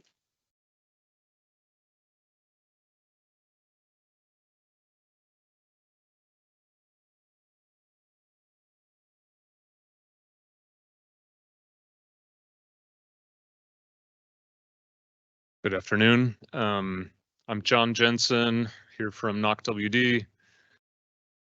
But as you notice, the logo says NOC AD. We're sister sites, so apparently we're twin sisters because you can't even tell on a small screen that the logo is AD versus WD until it's on a big screen. So I apologize for that.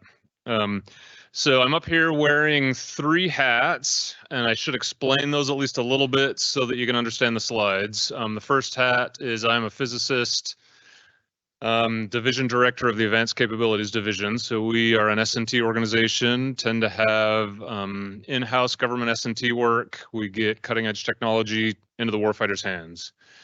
So come from a very much S&T background, which you might guess as a physicist. Second hat is I've been asked by NOC WD to put together the artificial intelligence, machine learning, and the autonomy, all lumped together to be intelligent autonomous systems strategic plan for the command, and to monitor and manage that. So that's the second hat. And that is actually the topic of today. I'm here to share that strategy with you. The third hat is, so at DASN RDT&E a few years ago came out with something called the IAS Naval Strategy. IAS again being Intelligent Autonomous Systems. And as we all know, a strategy naval, so Navy Marine Corps strategy may or may not be adopted depending on how much buy-in there is. So we were tasked to put together an execution plan.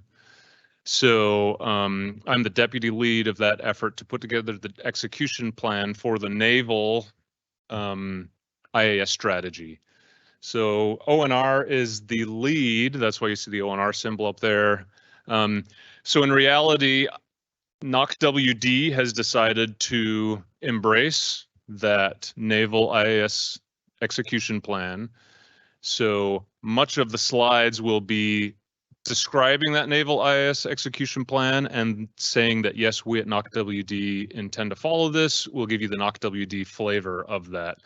So I imagine many of you are probably not too familiar with that execution plan, primarily because we haven't really quite published it yet, although it is available. It is a working document. So the first little bit is in place. The second little bit is in the works. So it is distribution D. Of course, we can talk after if you would like to get a copy of that. But the strategy itself is public release. Okay, with that introduction, using up a good chunk of my time, next slide. So the main thing I'd like to say about this slide, hopefully I'm preaching to the choir here, is artificial intelligence. The quote there says, "America is not prepared to defend or compete in the AI era." That's the National Security Commission on Artificial Intelligence, 2021. History shows us that large differences in technology can tip the scales during a war. We in America are not used to being on the low side of the technology. We're used to being on the high side of the technology. Especially the last 20 or 30 years, we're very much are not used to competing with someone who has high technology. It is seen that artificial intelligence, it's expected that artificial intelligence may be that tipping point, maybe that technology that could help decide whatever war hopefully doesn't happen in the future. Again, hopefully preaching to the choir. Next slide. So this naval IAS strategy has a few pretty pictures. I had to put some up there for those of you who like pictures, and hopefully I'm not being too boring, but if you are, you can just look at the pictures. These are some examples of what we're hoping to get to. Some are near-term examples, some are long-term examples in the naval enterprise. This one is more of a nearer-term example. You see a lot of swarming drones. You see them going around into a field, finding out where the friendlies, where the targets, potentially in a GPS denied environment, sending that information back, that sort of thing. Again, hopefully we're aware of this future, because this hopefully isn't too far in the future. Next slide. Okay, so the objective of this naval strategy, again, the naval strategy that NOCWD intends to follow is primarily to set the vision so that we can cohere together, so we can be cohesive as a Navy Marine Corps in our AI ML autonomy efforts. Also to kind of set the stage for those folks who are in this field, as well as guide, inform industry, academia, other partners. And for those of you who aren't familiar, I think I mentioned this once before, IAS, Intelligent Autonomous Systems. We're not going to go into details of the definition, but a working definition for us is when you mix AI, ML with autonomy, with unmanned systems, you call that intelligent autonomous systems. It's intended to be a very broad umbrella. We tend to not get nitpicky on definitions. So when I say IAS, I mean all of that, all of the above. Next slide. Okay, another pretty picture. So this picture is human IAS interfacing. It's a nice picture, a Marine Corps out there, a Marine out there. I love this picture because it has a nice little robot dog in the lower right there. I would love to have that as a pet, so it's exciting. Okay, next slide. Okay, this is the three main features we seek in this naval IAS vision. And again, NOC-WD is in support of that. We expect artificial intelligence to enable fundamentally new capabilities. These are the sort of new capabilities that can win or lose wars, depending on which side you're on. We expect that those will be forthcoming. We also hope that we can expand multi-domain capabilities. So the timing is always an issue. We've heard that word multiple times. Some of these groundbreaking technologies may or may not be ready in time. So therefore, we need to expand the current capabilities we have using AI, ML, and autonomy IAS. And enhance existing capabilities for the same reason. We expect that there's very many things that we could quickly implement, autonomy, artificial intelligence, and it could give us an edge very quickly as we wait for these further down the line technologies to come forth. Next slide. Okay, I had to throw this one in there. This one's probably a little more into the future, but whenever you can put an autonomous mothership on the screen, you just have to put an autonomous mothership on the screen. Multi-domain unmanned vehicles there. Loading, unloading from the mothership, not a human in sight, although I'm sure a human is there somewhere controlling it, whether from a distance or nearby. Next slide. Okay, so the strategy itself and the execution plan to that strategy is divided up into 3 different categories. There are 9 goals within those categories. And the first one, sorry, can you go back one? So the first one is on capabilities. The other ones are on people and processes. And as we go through these, one thing to note is there are these goals that are at the public release level.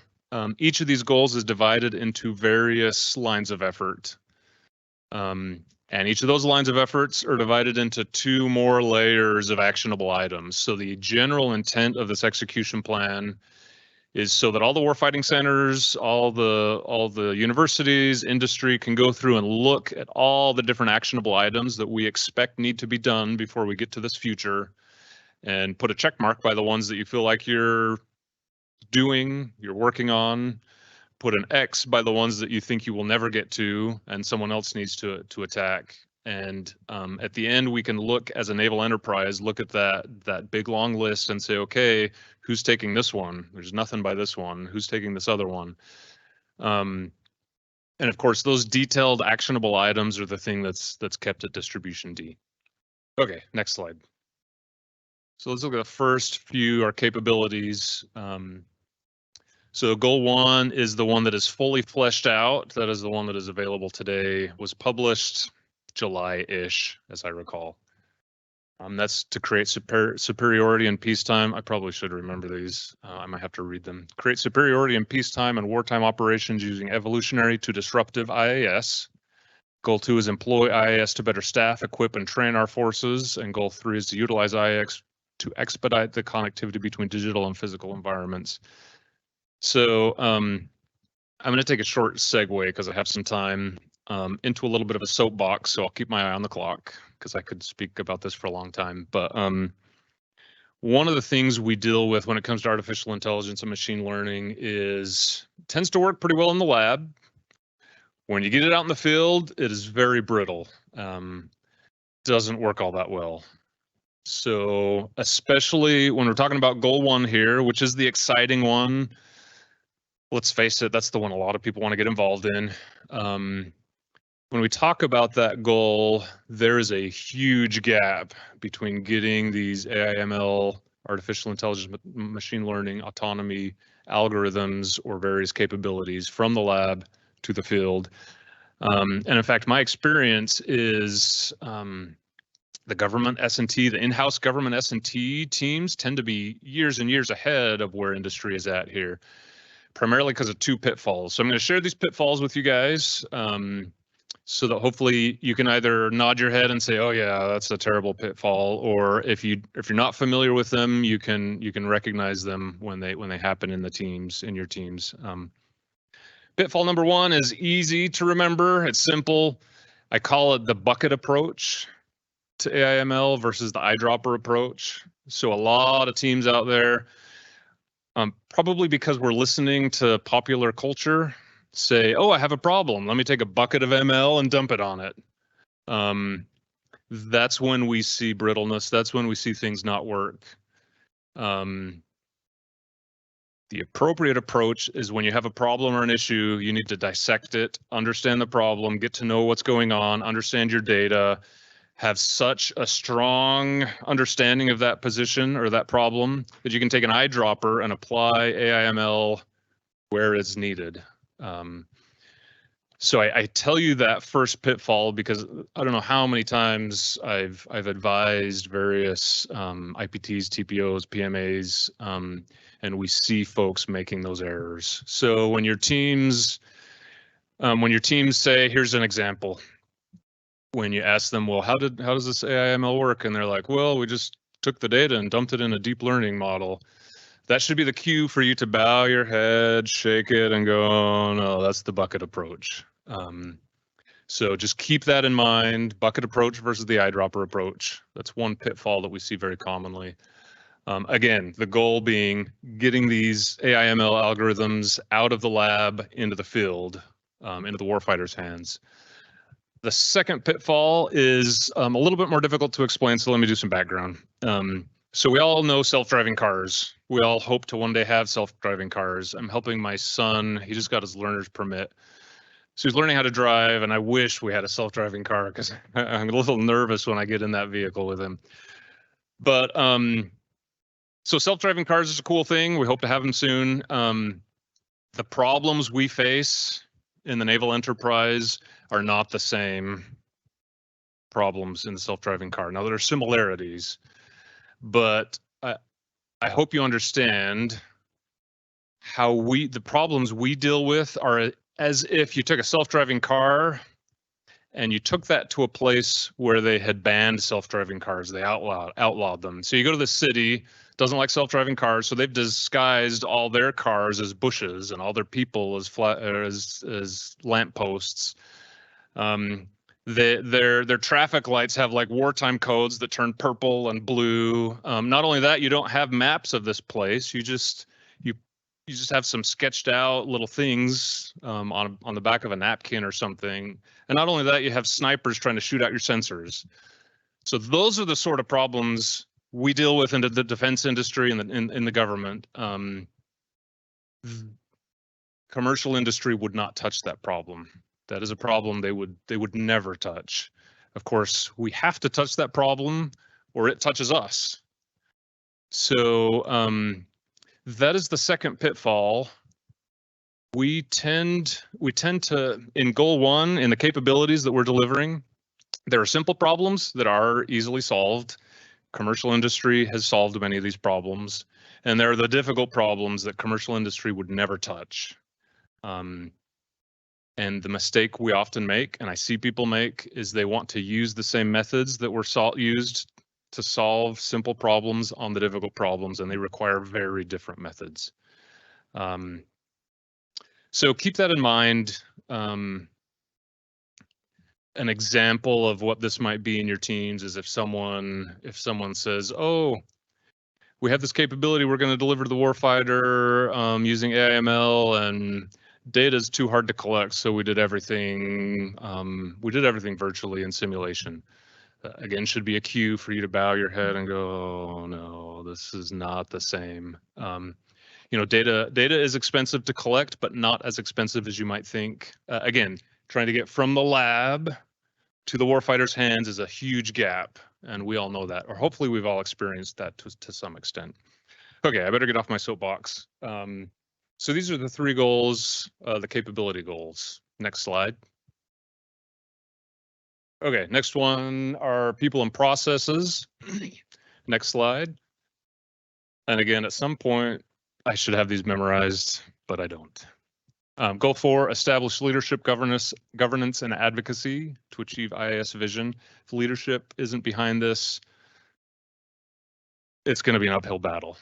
Goal 5, recruit, educate, train, and retain a world-class workforce in AI/ML autonomy. Goal 6, build requisite physical digital data processes infrastructure to accelerate continuous integration and interoperability, maturation, test, and sustainment. Again, we've heard some of that. That is a very important thing. Number 7, tailor acquisition methods and policy usage along with operational concept development to operationalize and adopt IAS at the speed of innovation. Again, we've heard some of that as well. Acquisition may have to change, probably will have to change some. Next slide.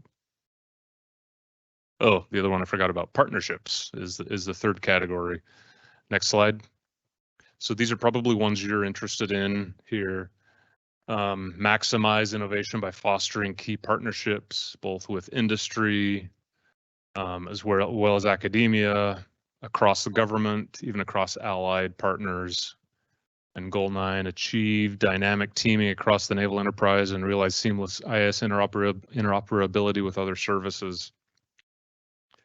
So overall, each of these is divided up into a bunch of different lines of effort and actionable items. NOCWD expects to follow these goals. We expect soon to have our little check marks by all the ones that we expect to be able to deliver on, all the ones that we feel like we should be and aren't yet.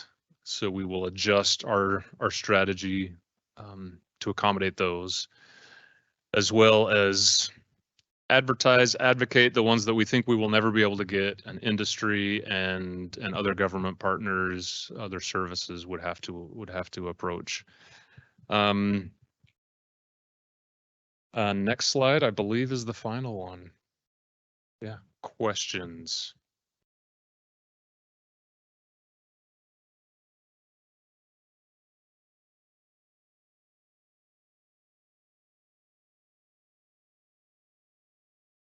I actually have 2 questions, and I don't know if you mentioned it in the beginning, and if you did, I apologize.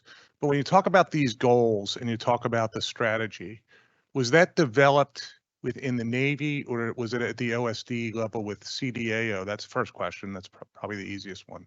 And the second one is when you talk about what China Lake is going to do, right? Where you say, okay, we have all these goals. These are the areas that we think we can address based on kind of our strengths at China Lake. For industry, how does that manifest itself? Does it manifest itself in a future BAA where we say, hey, we're China Lake, this is the kind of stuff we're interested in, or we're going to have a future industry day because these are the things that we're going to be working on. So I'm just trying to map kind of the demand signal to industry with the goals, if that makes sense. Yeah, good question. So first question came out of DAS and RDT&E office. It was a Navy thing. I was not participating at that point. It did have visibility in the DoD or other locations, but primarily a Navy effort. Hopefully that answers the first question. The second question,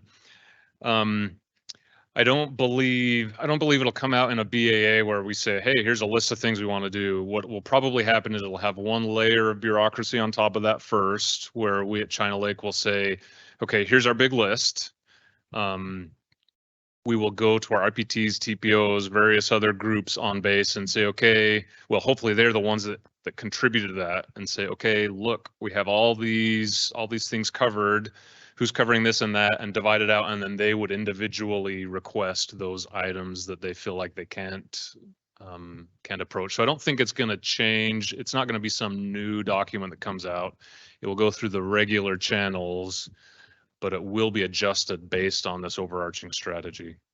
Did that answer both of your questions? Okay. Other questions?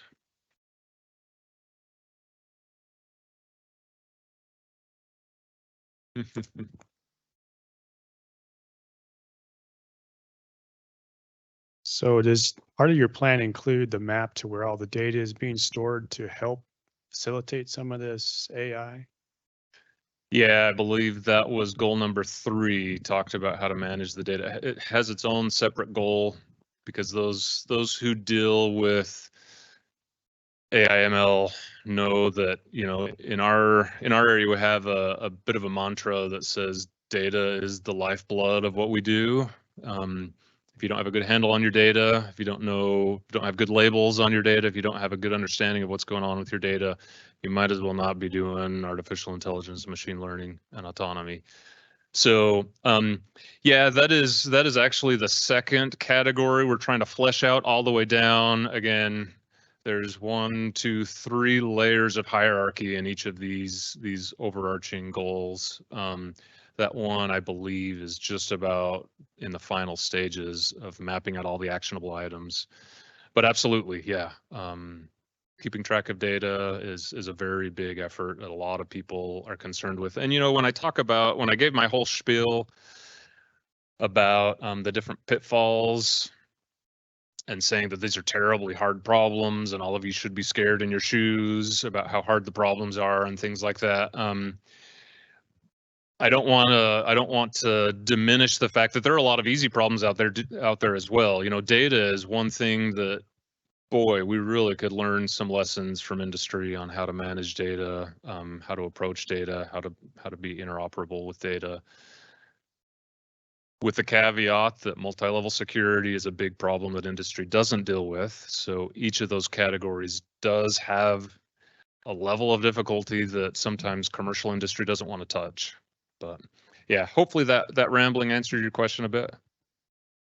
If you have a follow-up, I think we're good. Or we can talk after. Okay.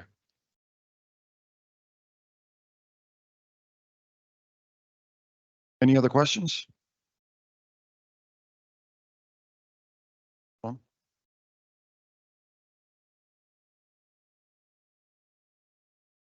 The commercial market also affords the opportunity to have commercial infrastructure for all the compute necessary to do all of the learning along the way. One of the struggles that us as a small business has is that at the distri or CUI, ITAR level, whatever the data set is that we have, getting access to that compute is more challenging, if you will. And, you know, sometimes you can just, you know, flip into GovCloud and it works, but then your security guy gets upset at you. And so for a variety of reasons. And so I'm curious if you have techniques or places that I'll say industry sub tier 1 primes that are able to use to help solve some of these problems. Yeah, that's probably hitting the nail on the head of one of the big issues with AI/ML. One of the reasons, you might even argue that's one of the reasons why some of the internal organic government teams are so ahead, is because they have access to large dramatic data sets. And when we don't, we can go collect what data we want, which is difficult, especially for small businesses to do.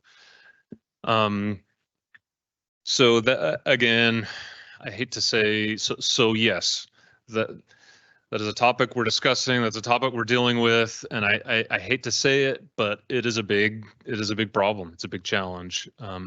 I feel like, I don't think it's true, but I feel like half of our problems are things like that are like, why can't we just let people have access to this who need the access to, and multi-level security stuff.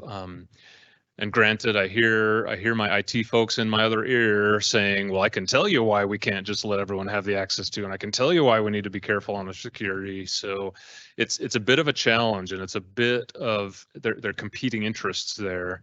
Finding that balance is really difficult. it would be great.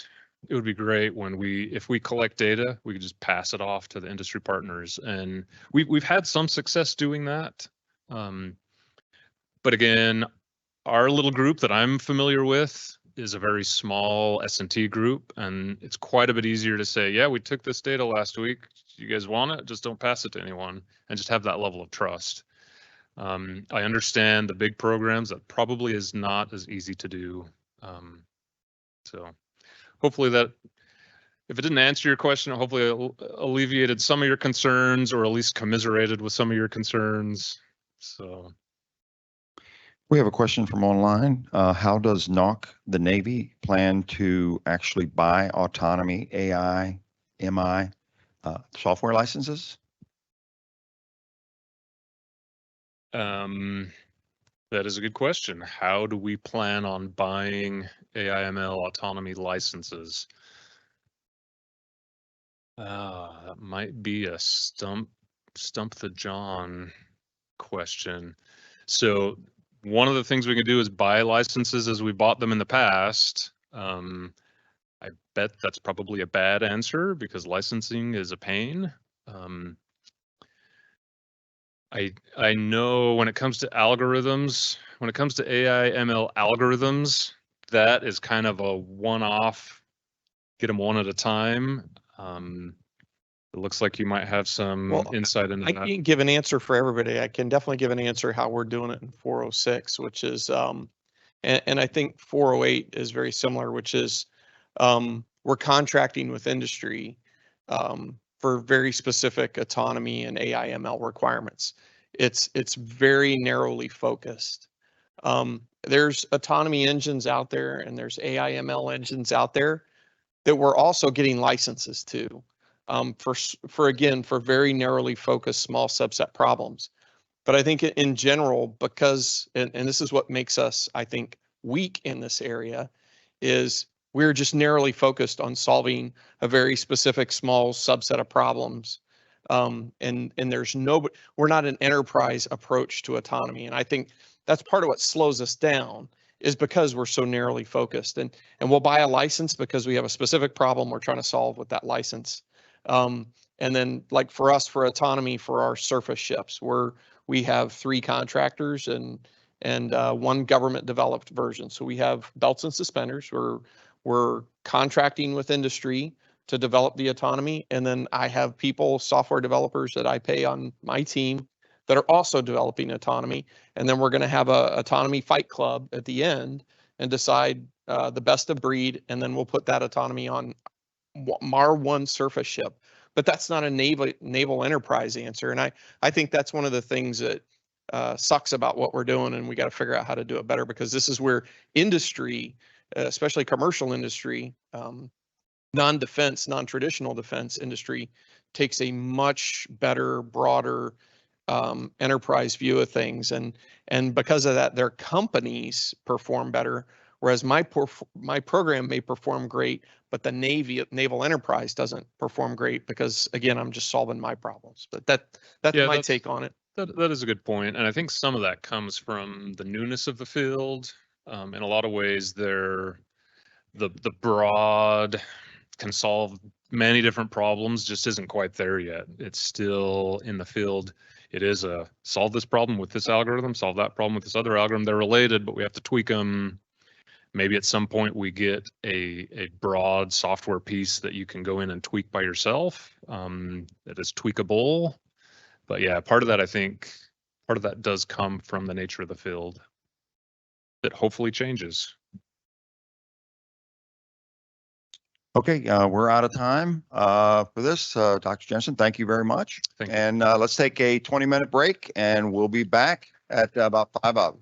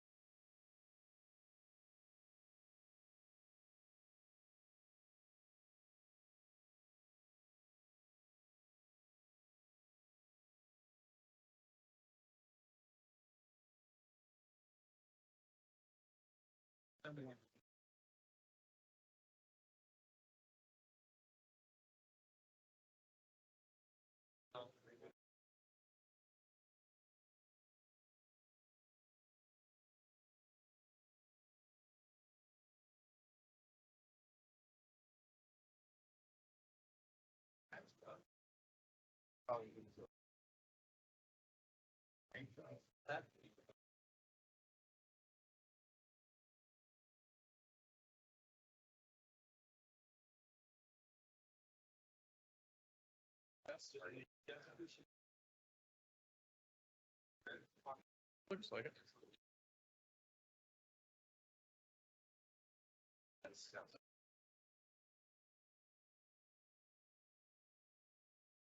Doing good, Pete.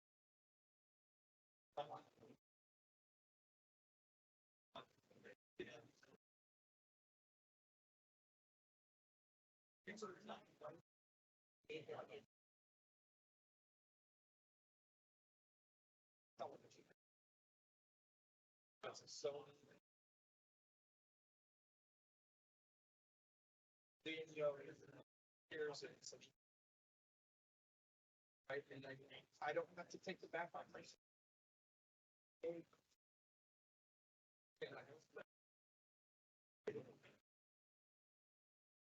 And that's what we did. Eventually, like the hardware stuff.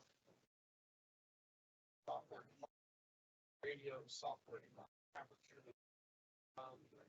interface, not like that. Massive people. But all of that is replicated.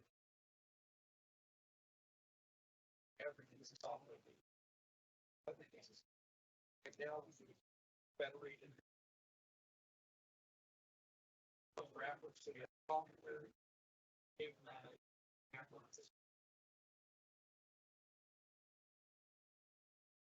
Well, right, I'm like this and that.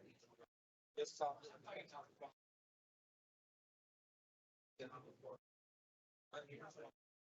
Doesn't.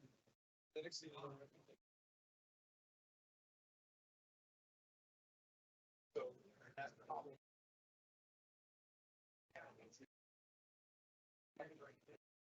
It's integrated control system.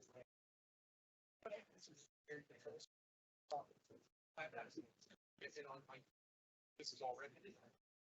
It's very much. Facts.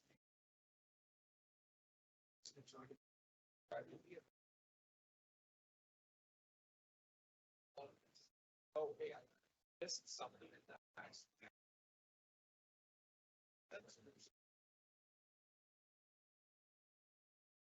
It is certain very hard. Into things.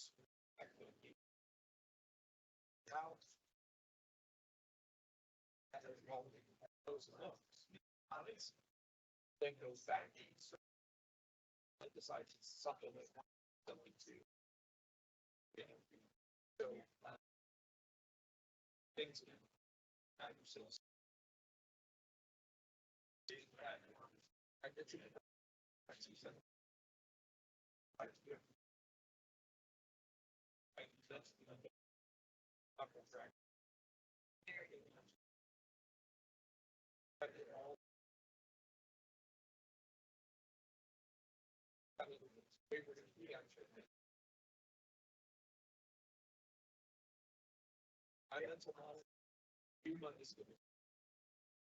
Everybody.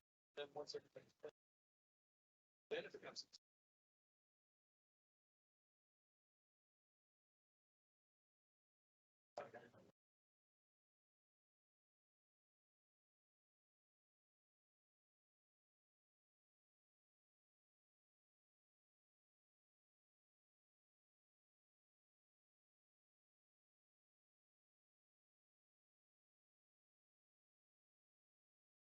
Important that right now to know where you're aiming for.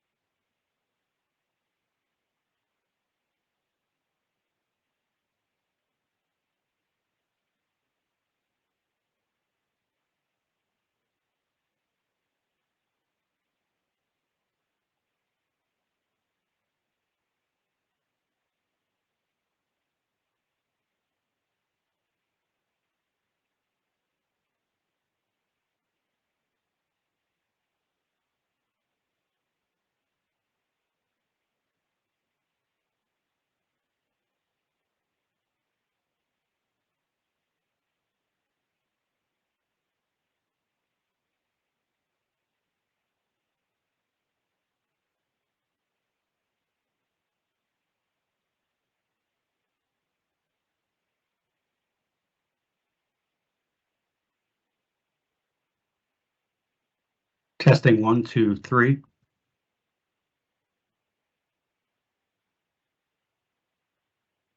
Testing 1, 2, 3.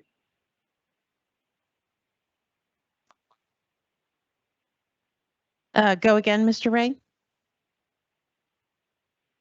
Testing 1, 2, 3. Loud and clear. Thank you.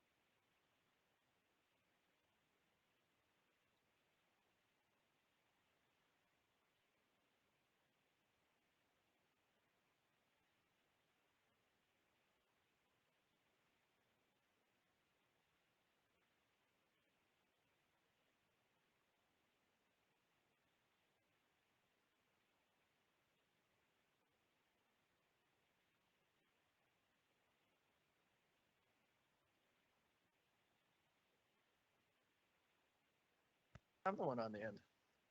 You're the smart microphone.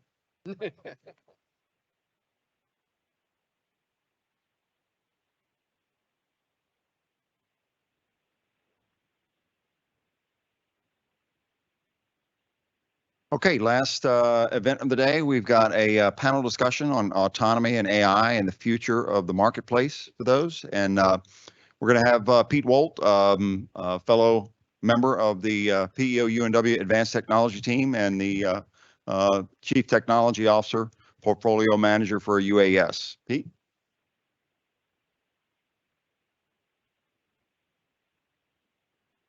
Right. I wish this place was packed like it was the last 2 days, but save the best for last, as I always say. Thanks for the intro, Brad. My name is Pete Wolt. I am the APEO S&T for the unmanned side of PEO UNW. So I get to mess in all the cool latest and greatest stuff, enabling technologies like autonomy and AI, and try and get those technologies into the programs of record with our PMAs. So got a great panel for you up here today and online, by the way. So let's just go around and do some introductions first. You guys mind if we start online with Charles? Hey, Charles, you out there? You want to introduce yourself? Yes, sir. Dr. Charles Ray, NOC 80 Chief Technologist for AI and Autonomy and Raider Lead. Joe? Hey, Oh, sorry. comms check. Good. Hey, good afternoon. Johan Soto. I am a Deputy Program Manager for Arcane. It's a program focused on autonomy inside of PMA 281, strike planning and execution. Good afternoon, everyone. My name is George Huang, and I am the Chief Technologist under Charles Ray in his AI and Autonomy Application Division. And Barry Keel, also work for Charles. I'm also at 298 working efforts in autonomy for 298. Lieutenant Commander Pete Krepchanek. I'm the military deputy program manager, working co-lead with Johan on Arcane, PMA 281. All right. So I just found out that I was moderating this panel about a half hour ago. So hopefully everything goes okay here. But I know throughout the last couple of days, you've heard from Chopper. You've seen on our wheel chart, you know, a bubble called Arcane, right?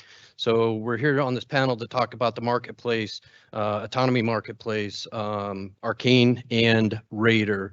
So Johan, can you spend like the next 5 minutes or so, short amount of time, either Johan or Pete or both of you, kind of explaining what Arcane is, what it isn't, and what's your vision of the future for Arcane? Sure. So first start off by saying, hey, good afternoon. First and foremost, want to say thank you for being here because you guys are a major part of Arcane.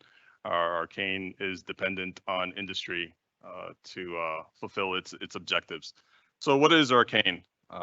Arcane is the evolution of a prior system that had as a material solution something called TCS. It was focused on teleoperated UAV C2.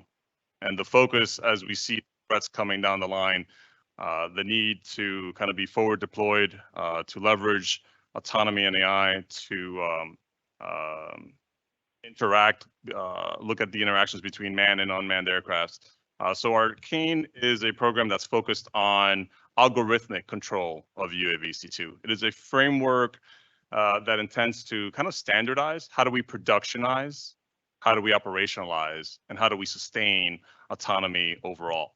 Within that construct, we're also taking a look at how do we generate standards so that industry knows what it is that our expectations are at a technical level, right? The whole OSI stack at the semantic level, syntactic level, as well as the ethics behind autonomy and AI. So that's kind of a very short kind of a description of Arcane. I'll share it with Pete to give a little bit more insight, but happy to take questions afterwards. Yeah, so Arcane, so let me break down the acronym for you. It's Architecture and Capability for Autonomy in the Naval Enterprise, if it's easier for you all, autonomy. It's a spinoff of Common Control Station, now currently working with 406, and we're still kind of invested in that as well. Really, we're looking to, as we go down the road and out to industry, is find an architecture, and we're currently also working with PMA 298 and then the Air Force, find an architecture that is open, not proprietary. Best example that was given to me recently was Word. You know, Word works on Macintosh and works on PC, and it looks the same. And that's kind of what we need from you guys going forward. So we're not looking for a Boeing solution that works on a Boeing platform. If it's going to be that, it's got to be open to everybody. That's kind of one of my key takeaways if I'm going foot stomp. So when we talk about autonomy, how do we achieve autonomy within naval aviation aircrafts, right? There's different segments to that, and that's where we're applying the productionization and operationalization, certification, sustainment. There's the HMI, right? It's the front end. And the back end of an HMI, right? We're focused on software applications. So the front end, whether it's a tablet or a heads-up display, that's not really on us, but we support that. Then there's the control structure. There are many control structures out there. Ultimately, we want them to be interoperable, and we want kind of the government to help drive that. Then the last piece of that, which we'll talk about when we touch on the marketplace, is the behaviors. So as you talk about a marketplace, and my earlier statement of you guys are critically important to our objectives, where you guys are expected to continuously innovate, and we pull from you into the marketplace those behaviors, those control architecture structures, as well as the HMI evolutions, the applications to achieve that control and ultimately the desired effects. Yeah, thanks. Hey, Charles, over to you. Same question to you. What is Raider and what is it? What is it? Yes, sir. RADAR is a acronym, but it does stand for something. Research and Autonomy, Innovation, Development, Environment, and Repository. The key word there is repository for government purpose rights and government created autonomy architectures. The idea behind RADAR when it was first created was to be a library or a bucket of Legos that as we do more and more work on common baseline architectures, open architectures, we can create a set of Legos that you can construct into any other type of autonomy that you need. So behaviors, perception, adapters, all riding on top of a common autonomy interface or operating system, like the word example used earlier. So RADAR is a controlled access repository and development environment to support resilient, crowdsourced, government-owned, open autonomy software, standards, and best practices. With RADAR, we also have a community of interest. We just met 1 week ago today in the same building, probably the same room you're standing in. The community of interest has over 100 members from government, industry, and academia to help guide the development, use, and experimentation of autonomy and the autonomy-enabled software-centric systems. The repository is more than just the autonomy software. It also contains development kits to assist in and vehicle interfaces, the infrastructure components for modeling and simulation and hooking up to various aircraft and simulation systems, the model-based system engineering artifacts, which are key and critical to as we move forward in the future for digital engineering, the cyber risk management framework and cyber resiliency approach that we've used to validate our systems, interoperability standards and best practices, virtual training delivered by George sitting up at the table. Our simulation environments are wholesale available and reference implementation and design reference missions on how we've used it. It's been used on programs such as Darpa Code is the genesis of it. There are a number of scope programs that have used it. In the room, some of the industry partners, General Atomics, World Flight Sciences, Toyon Research Corporation, Weather Gauge have all used it. And we've demonstrated on a number of fixed wing and unmanned systems. So it's the idea of that marketplace where any program can come in and utilize it as a springboard for autonomy, and then cater it to their needs and contribute back to the community. So the next up can utilize it and step forward. All right, thanks, Charles. So the theme of this panel is the autonomy marketplace. What do you, and I'm not sure who wants to answer this one, but what do you mean by that, autonomy marketplace? I'll go ahead and get us started. So, good. So I mentioned earlier, what are the elements of autonomy? And Charles made good mention of how do we achieve autonomy on a specific platform for a specific mission, right? It's a tailored capability, right? When we start off with a control structure, we work towards looking at the deltas to achieve a mission tailored capability. You know, what are the adapters for comm systems? What are the behaviors that need to be addressed to execute a specific mission task, offensive, defensive, support? So we see the marketplace effectively as ready access to mature innovation. And that's what we made reference to earlier. Technology will continue to evolve. In the areas of autonomy and AI, it is quickly evolving, right? So we have to keep pace with it. And the PPB cycle, the POM cycles, they don't necessarily do a good job of supporting the change of speed, the relevant, the change at the speed of relevance. So having access to industry, small, medium, large size organizations continuously innovating towards a North Star, and then being able to interact with the NOC or being able to interact with Arcane so that we can take it to the next level. So we can tailor it and then provide it as a solution, and then try to lead it through standards that will be adopted, try to govern it through those standards. But it's also kind of a curated environment of capabilities and performers, right? We need you guys to understand how the autonomy will be tested, right? What standards will be applied or expected? What kind of government ownership is to be expected?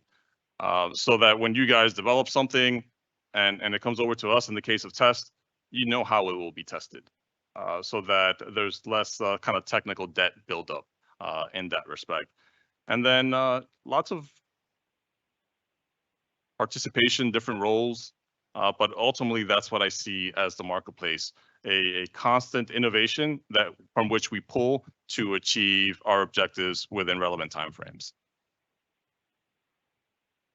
Yeah, so when I think about the autonomy marketplace, the admiral right in front of us and himself and 3 other 2-stars signed a memo, a tri-service memo, that we are going to be working on a common architecture. It's called AGRA, or Autonomy Government Reference Architecture. The plan is that the architecture at the reference level and the implementation of the architecture are going to be government owned, not government rights, but government owned. So my advice to industry is, if you're not familiar with, it's called Pioneer. It's in its infancy, and we are working with the Air Force group that is developing Pioneer. When I say we, 281, 298 is working on it. 268 is working on it as well. But to me, that's really where you can endeavor in this marketplace. Is we're going to be working on the same architecture as the Air Force, and we're going to be working the same architecture as the Marine Corps, by the way, because the Marine Corps 2-star signed it as well. Sorry, sir, I know you're going to get your 2nd star soon. But he signed it as a 2-star. But that's what I want to stress here is when you bring this autonomy, this marketplace is really a tri-service marketplace. It's a Navy, Air Force, and Marine Corps marketplace. So we need to figure out, as the government, how to have the best face to you so that there's no ambiguity as to what we want. But again, it's important that we all innovate in this same space and also with the same architecture, so that there's a lot of interoperability, but then also, so as Johan said, you can actually take software from one vendor, plug it into another vendor, and the Navy and the Air Force and the Marine Corps can come up with other solutions with the software that's been delivered. You want to say something, George? You look like you did. I can say something. Yeah. Yeah, I think a lot of what we talked about is underpinning a marketplace. But on the government side, I think Johan hit a little bit about test and evaluation. One of the things, actually, an observation within the autonomy space is that we need to move towards more simulation-based environments. And honestly, with a simulation-based environment, that's quite honestly a lot of the secret sauce of many organizations. So the first step really is getting a reference architecture, but also being able to snap this reference architecture into a simulation-based environment that is, how dare I say, relevant to things that we are interested in, and it can open up a lot of possibilities, especially for the integration and the transition, especially being able to do exploration on how we can potentially push this across the line for our flight safety and other folks who are craving for a lot of that data that will help them make the decisions to okay or bless it for flight systems. Yeah, it's a good Exactly. point. This service. Go ahead, Jim. This service can help reduce the cost overall from transitioning the pipeline from research, development, production, deployment, and sustainment. When Arcane is successful, industry will have been established and utilized and worked through prior.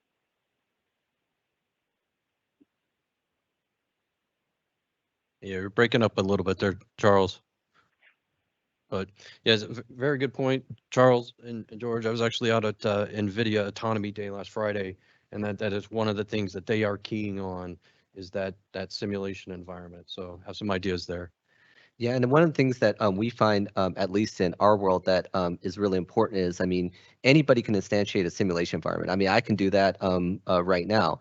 What's hard is instantiating a simulation environment that's vetted, valid, and actually usable. Because if you're starting to take a look at these models, and if your simulation environment is not valid, then what's the point? You're just basically untraining garbage, or you're developing using pretty much garbage information. So I think that's the part to help us in the marketplace achieve a level of or rather democratization of all the vendors from small to large, is having one that is very much accurate for the things that we're interested in. Gotcha. So George, since you have the mic in front of you, so for those of you that don't know George, this guy's a freaking 500-pound brain. I mean, we were fortunate to actually steal him from industry into the government, which you don't see that a lot going that way. It normally goes the other way. But question for you, George, since you come from industry, where do you think are the top areas where industry that's sitting out here in the chairs out here in front of us, where's the top areas you think they could help us out with? Is it okay if the other folks also answer that question as well? Because I think some time to collect your thoughts. yeah, I think a few folks can pile in on that one. But I guess I'll get started since you asked me directly. I mean, there's a lot of different areas. Obviously, developing new novel behaviors and capabilities. I personally, because it's my research area, my interest is T&E. I think there's a lot of good capability out there, but being able to evaluate it, not just from an engineering perspective, I'll simplify it as DT, but also an operational perspective, OT. How do we do that, and how do we do that fast and effectively? Another key, which I don't know if industry can help us per se, but they can help inform, is how do we get a lot of the these new capabilities over through our own flight testing infrastructure and our own safety infrastructure. I mean, this is a brave new world for a lot of folks, and being able to educate and show them our community the art of the possible is probably something I think the industry can help out a lot, at least from a education perspective. Over. So yeah, Pete, I want to answer the question a little bit differently. When I look at the naval enterprise, crewed-uncrewed teaming is a very small part of the naval autonomy enterprise. It's going to be a very challenging environment, especially for F-35, a single-seat aircraft. Putting autonomy on an aircraft so you can actually aid the pilot in decision-making, or putting it on an F-18 so you can aid the WISO or aid the EWO in decision-making, putting it in the E2 in the back so you can aid the naval flight officers in their decision-making. Don't just think of this as, hey, I need to develop autonomy so I can do crewed-uncrewed teaming. There's a lot of places in the naval enterprise that we need to have autonomy. And if I were a company, if I were out in industry today, I would be looking at those two, because crewed-uncrewed teaming is the hot word of the day. But I think really to sustain work and autonomy over the next generation, we need to be looking at where can we put autonomy throughout the enterprise. We have to get inside the adversary's OODA loop. The way we get inside the adversary's OODA loop is by putting autonomy everywhere we possibly can, so that the decisions to guys like Pete who fly the airplane can be made a lot more quickly and a lot more effectively, so that we can be a more effective force.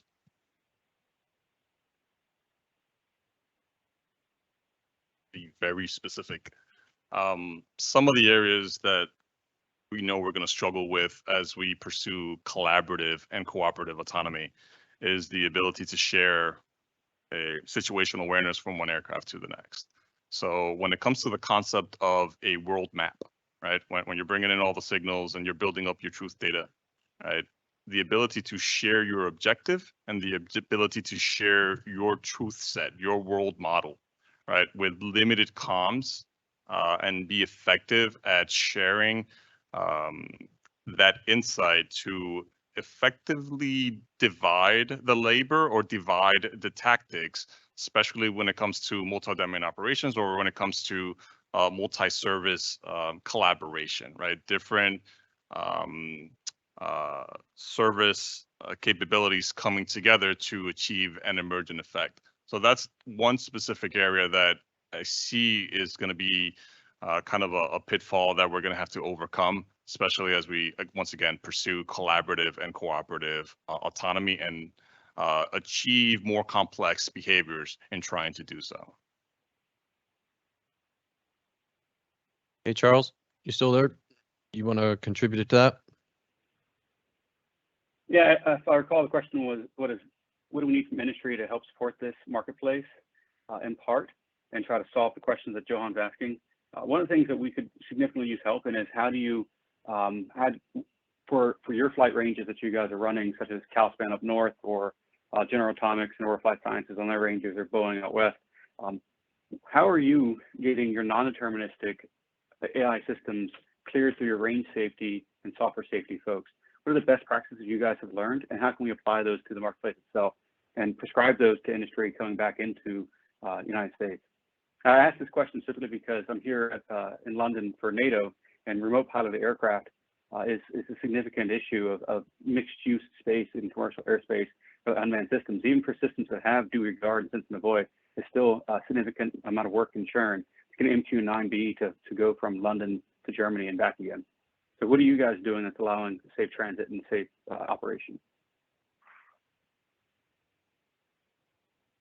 All right, thanks, Charles. Let me take an online question here really quick. This is for George. Oh. Who didn't want to be up here. Question is, what simulation environments does the Navy use? What, if any, of those environments would be available to industry to use for testing?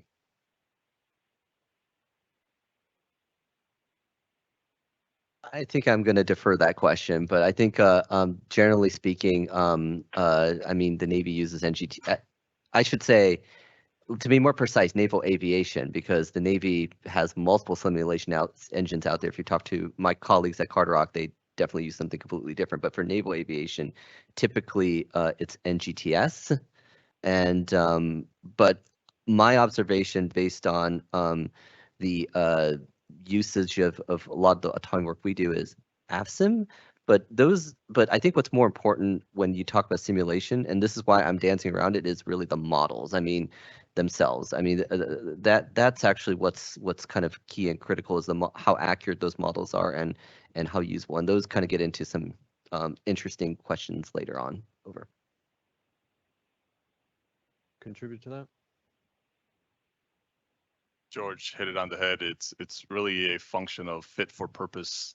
There is a very large set of modeling and simulation tools. You identified AFSIM, DoD, or maybe he's looking at the joint simulation environment. So there's an entire spectrum, and based on what you're trying to accomplish, it's the right tool for the right job.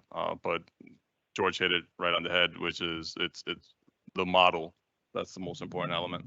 Yeah, and the reason why it's a hard question to ask, especially for us, is because I mean, ultimately, again, when I look at AFSIM and when I look at NGTS, they ultimately integrate a lot of different models. I mean, and those other models are very specific, sometimes to an aircraft, like those 6-stop models, and those are, I mean, those are kind of those. It depends on what you're trying to do type of solutions. So I think maybe a way to look at it is perhaps that's a starting point to integrate all these different capabilities, and there are models out there that you can leverage, but ultimately at the end of the day, it's the models that are the important piece.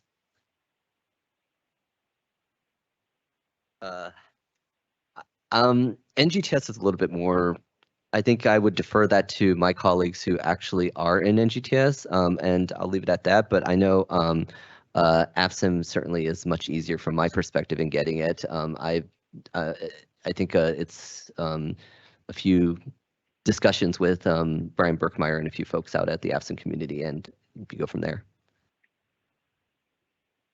Yeah, and for the NGTS community, it's John DeCola and Nicole Wingate.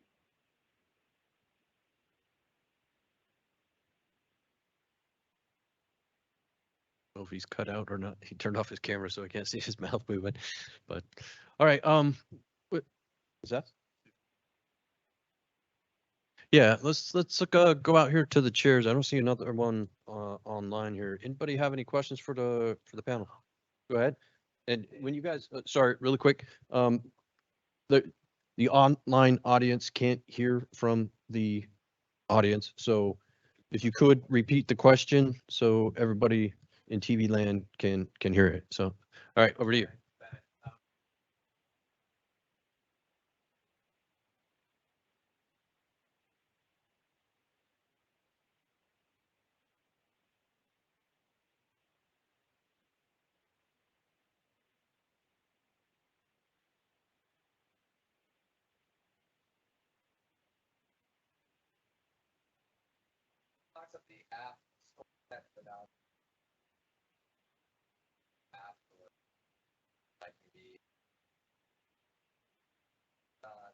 Other ones, all government.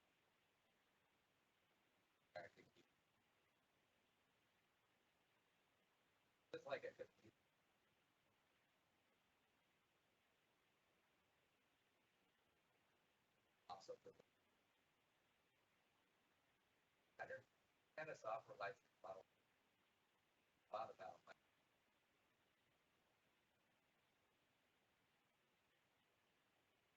You're gonna answer that one, Joe. Good question. Thanks, Ron. Repeat it for the The question from the audience was, what is an effective business model for industry and government kind of collaboration that would be beneficial to both parties. Is that an appropriate kind of representation, Ron? So I'll start off with, that's a hard question, one that's not yet definitized. Why is it hard? I made mention earlier of there are different elements to autonomy, right? There's the HMI, the control structure, and the behaviors.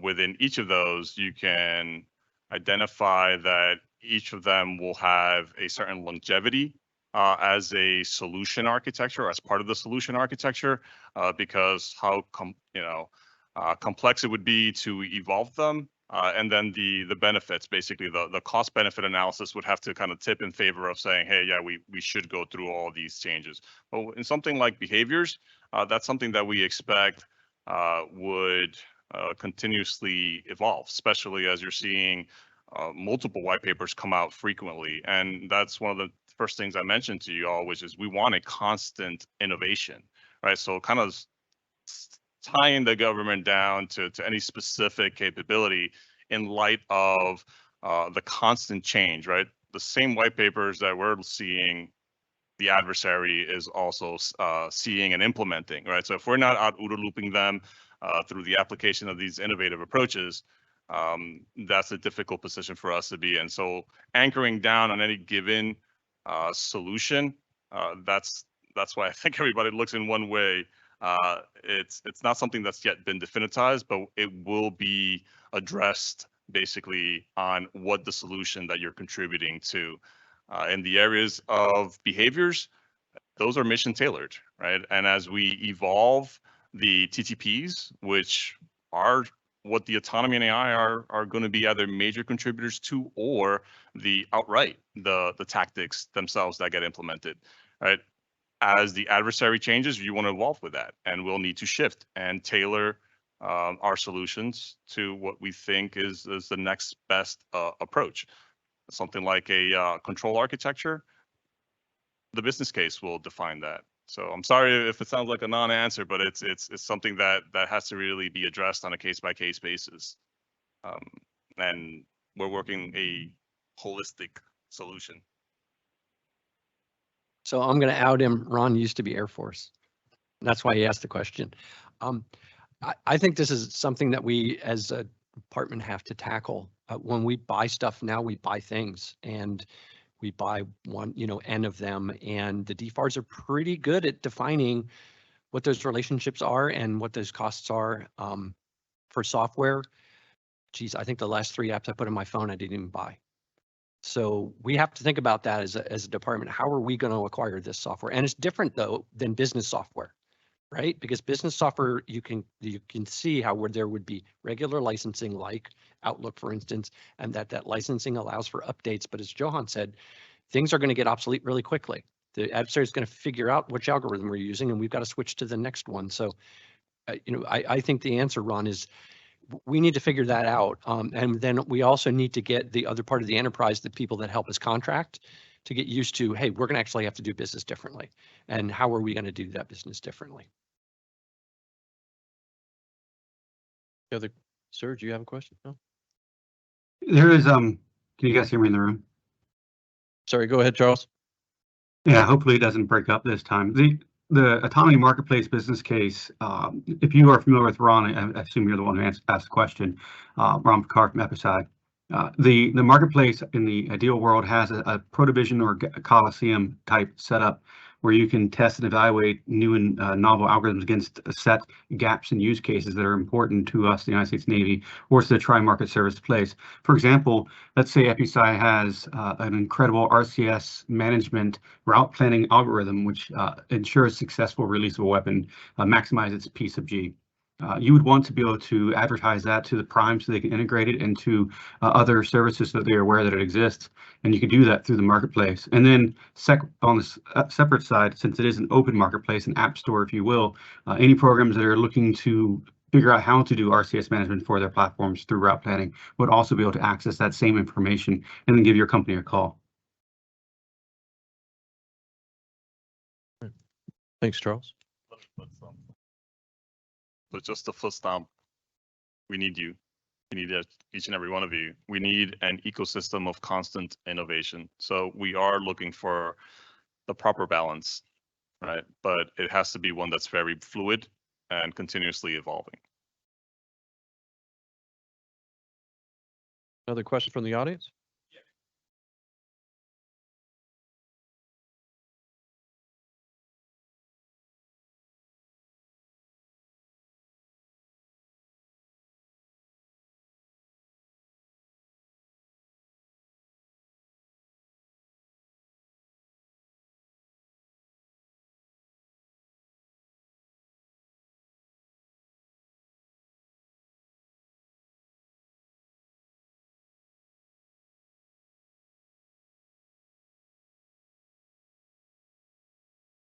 So it's the folks that are dealing with that.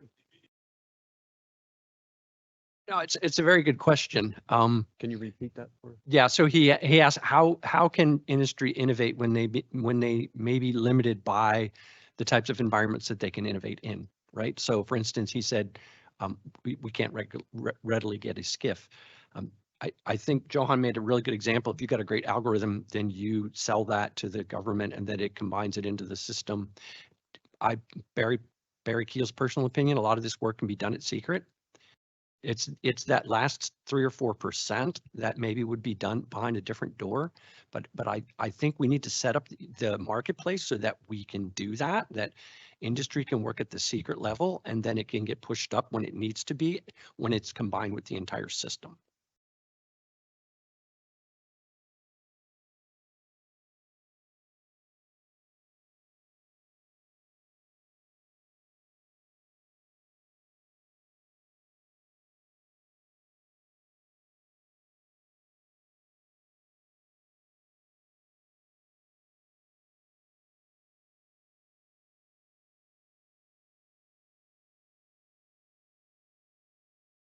Oh, I completely understand, Jerry. So if you look at both autonomy and AI, right, let's focus on AI. Whether you're doing machine vision and you're inferencing, you can generate an algorithm, you can generate a model, you can get it to a certain level of maturity and performance. And you can do that with a training set that could be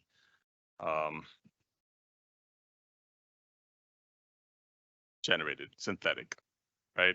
And you can get to a certain level of performance. It can then go into a different environment and be optimized for the specific implementation, leverage specific data sets to kind of reach the next level of performance, right? So that's why we made mention earlier of that government industry collaboration and then ownership, government ownership is key.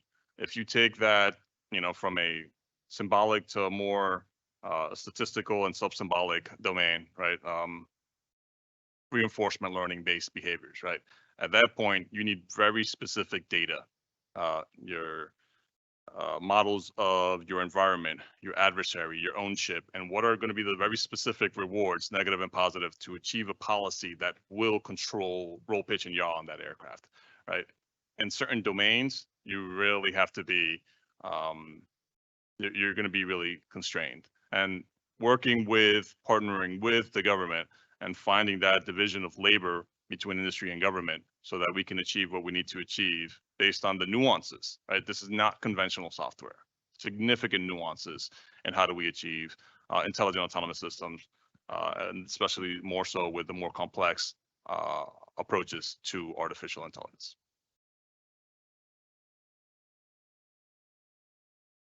I guess earlier I got on my simulation soapbox, and I think one of the things I learned, at least going out to at least talking with my friends out of Silicon Valley. I mean, the secret sauce is obviously how you're generating some of the synthetic data to train against. And I think maybe this is just me speaking, perhaps to democratize and help industry with that, perhaps maybe it is something that the marketplace will require a set of vetted simulation models that everybody can basically use, that that you can compare against. And Charles kind of hit a little bit about that earlier with ProtoVision, but maybe that is one of the answers, is to help, at least instead of having those like really novel models be behind like a Boeing or a Lockheed, et cetera, but have it like, out within the marketplace so that everybody can actually use that to actually move towards the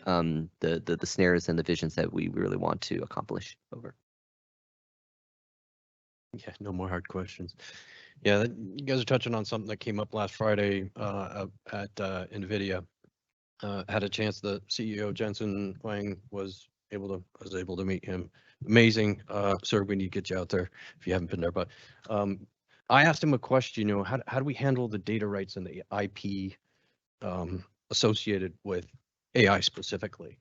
And, he said, bottom line is straight out, you got to own it, right? The government has got to own it because, if you look at it, unlike that F-150 that, sitting out on the lot, the moment you drive that off the lot, right, you're losing, I don't know, about 20, 30K, whatever, right? But with an AI algorithm, once you deploy that, that's actually the worst, right, it's ever going to be. It can only get better from there. And hopefully it's not like the worst it's going to be and actually terrible, but, it'll be great, I'm telling you, right? So from a data rights and IP, what are you guys thinking down the road of that kind of model where industry can keep their kind of secret sauce but we improve on that? Have we thought that through? Is that a hard question?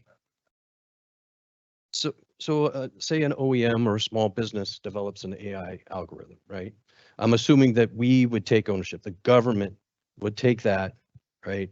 And we would be the ones that continue to monitor it, maybe train it even more, but keep it, from drifting, right? Is that still the plan for Arcane? So as of right now, yes, that's the thinking, right? So industry will generate a capability, but we have the ability. It can go either way. We have the ability to monitor. Well, what do we mean by monitor? We will be curating the data that's coming in from the fleet, right, from these missions. As part of Arcane, which is, as stated earlier, inside of PMA 281, aligned with next generation mission planning. So it's going to be part of that ecosystem. The ability to control autonomy from a tablet that is running next gen planning, being able to go through the kind of the phases of mission planning, mission execution, and mission debrief, right? Aligned with that, that's data that we're going to be capturing, data that we're going to be curating, right? So the life cycle of artificial intelligence starts off with data, data curation. Ultimately, that's data that we're going to have to share, right? Or leverage internally within certain spaces to optimize that capability. But as we start talking about a capability, a specific algorithm, a model that we want to go and use in, 7th Fleet versus 5th Fleet, right? We want to train it to what's there. Or we want to monitor that data for a specific threshold performance, right? We have the ability to say, hey, we're going to basically run the performance of that algorithm against that data, right, to avoid things like data drift and concept drift and the overall temporal decay of an AI capability. So it depends on what the platform decides on what they want to do and what that maintenance is. But ultimately, the government should, in fact, have some ownership and stewardship of that data, because ultimately it can be very expensive, right? So if we give raw data to folks and then they, I've seen this, I've seen industry, Pentagon lawyers ultimately decide in favor of industry. If we provide raw data and ultimately that data is enhanced through labeling and other methods, right? That data is ultimately owned by the person that modified that. So if we have to go through that process every time, it's duplicative, it's costly. So ownership of that data, curation of that data, and then application of that data across its intended purposes makes sense.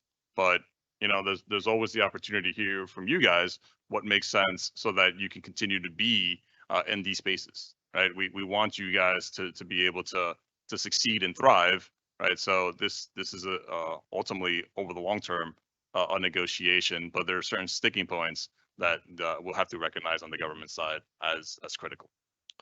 Yeah, Charles, what are your thoughts on this? Yeah, I'll have to echo what Johan said. He said it eloquently. The government's going to have to own and provide data to make the marketplace a fair place to compete in for solutions. And as we get more data, continues to reevaluate the algorithms that are being provided and see if there's a new or better model that can be deployed rapidly to meet the new and emerging threats that are occurring. And part of that CI/CD pipeline that we're going to be moving towards. Copy. Okay. Any other questions from the audience? Go ahead, sir.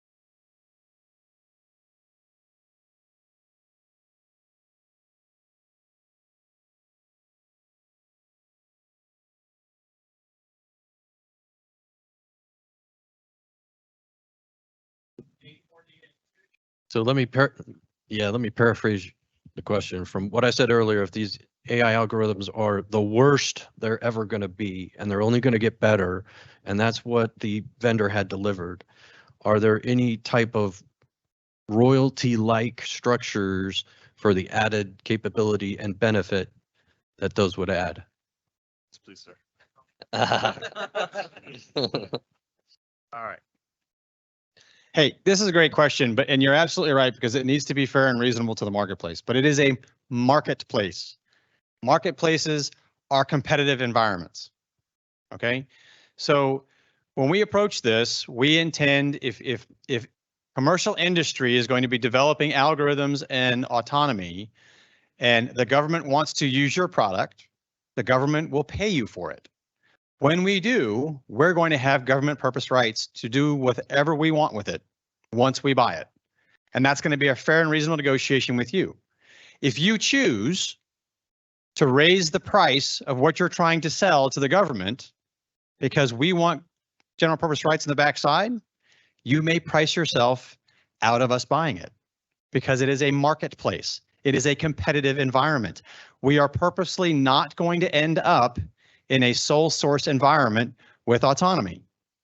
So when you build something and you bring it to buy it, and we want to buy it, and we're going to be fair and reasonable for the work you put into it. And if you are fair and reasonable in your offer and we buy it, we may come back to you to improve it. Okay. So, but the intent here is that we need you to bring the ideas to the table. We're going to buy those ideas from you at a fair and reasonable price, but then we own it and it is ours. Meaning if I buy it from you, I can give it to you to improve, or I might give it back to you to improve, and then I'll pay you twice because you're that good at it. But a marketplace is by definition a competitive environment. Okay. So as you think about this, it's not give the government one breadcrumb at a time. Okay, because we're pretty smart about these things. And by the way, we have developers on our side too that are also developing in the marketplace that if we could, we would sell it to you. All right. The things where the government can really help is by connecting you in the security environments that allows you to operate together in a marketplace. Okay. A Gensur secret enclave that you all have access to, that we work with the security world to allow you to connect together.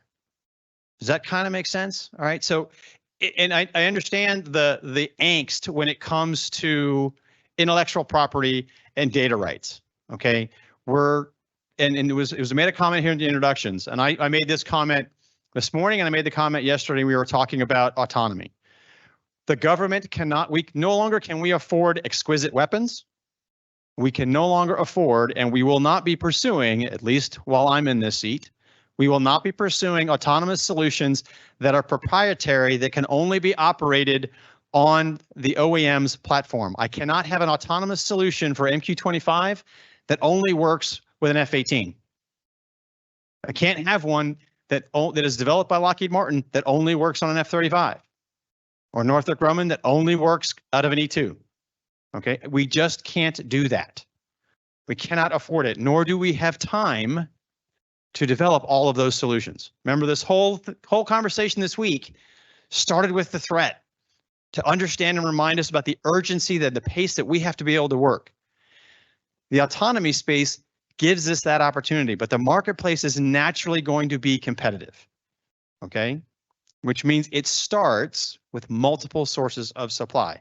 We will pay you that fair and reasonable price, but we're going to have general purpose rights when we do so. Okay. Back to the experts. Wow, great question. Let's have more like that. Anybody else? All right, right here.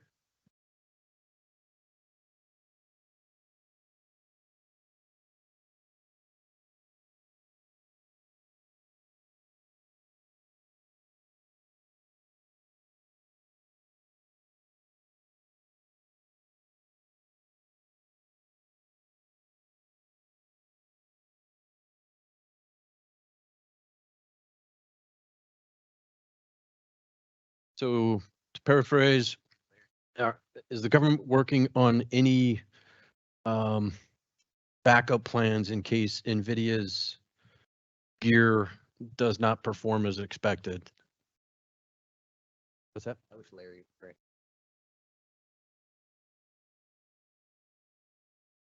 Yeah, I don't know if Larry's in the audience, but Make a contribution with expertise. Did you repeat the? I did the best I could. Action. Is there a backup to NVIDIA? So let's dissect that, right? Autonomy can function on standard CPUs that doesn't necessarily need GPUs.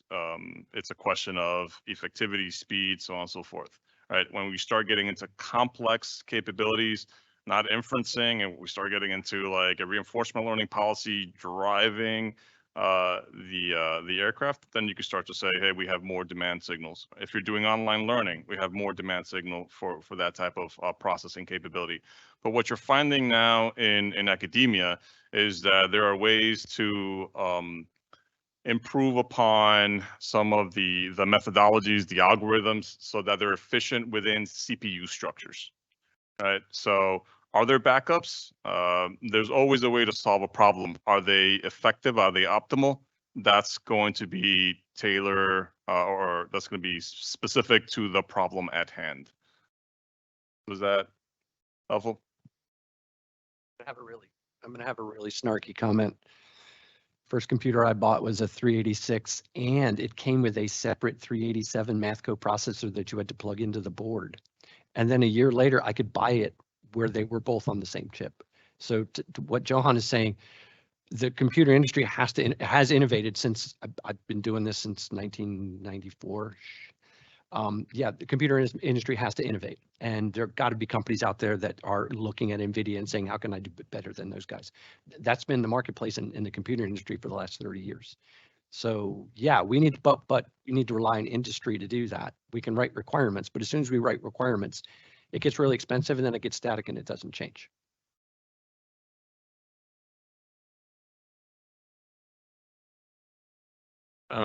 I don't know if you're familiar with neuromorphic processors. That's another thing that's coming out. We're doing a lot of work there. The expectation is that will be as good or most likely much better than GPUs. So there are, like these guys are saying, there's quite a few things out there. We're not beholden to GPU technology.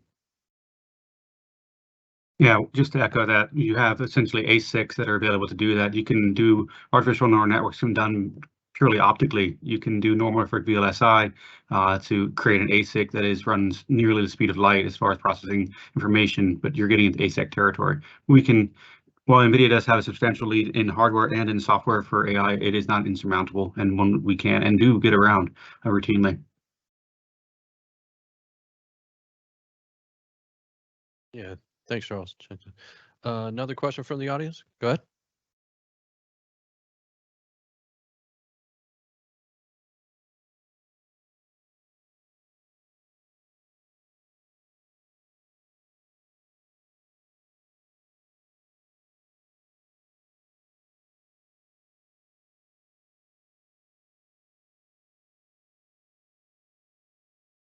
All right, repeating the question, what do you think the top autonomy challenge is when it comes to the next fight we're gonna have?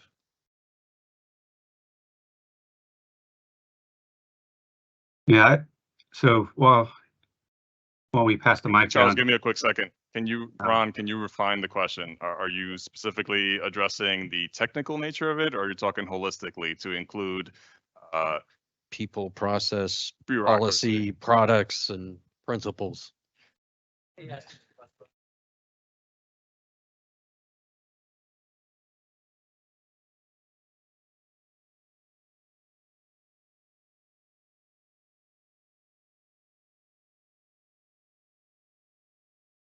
So actual applications of autonomy in the next fight. What's our hardest challenge applying autonomy to the next fight? Charles, you were speaking first.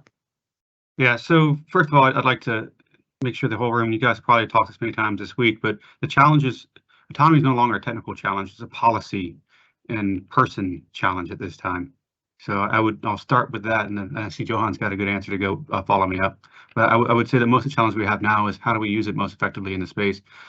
It's not necessarily can the technology solve the problem. It's our risk tolerance allow it to solve the problem. Can we hit the I believe button and let it go? Copy. Yeah, so Ron, my opinion, it's the human system interface. There's a lot of great companies that can develop great autonomy, but if we can't mission plan it, if we can't get it out to the UAV, if we can't have a crew member have a human machine interface, so HSI is three things to me. It's the mission planning, it's the human machine interface, and it's the debrief part. Those all have to be developed together. And to me, that's the part we're not working on. Everybody's working on cool algorithms. And that's why I started with, there's other autonomy in other places, folks. And that human system interface, if it doesn't get developed, and it doesn't get developed in parallel with the autonomy, it's Air Wing of the future is not going to be able to be realized, in my opinion. The human system interface has to be developed alongside with the autonomy. And in my opinion, we need to put more resources against developing that human system interface.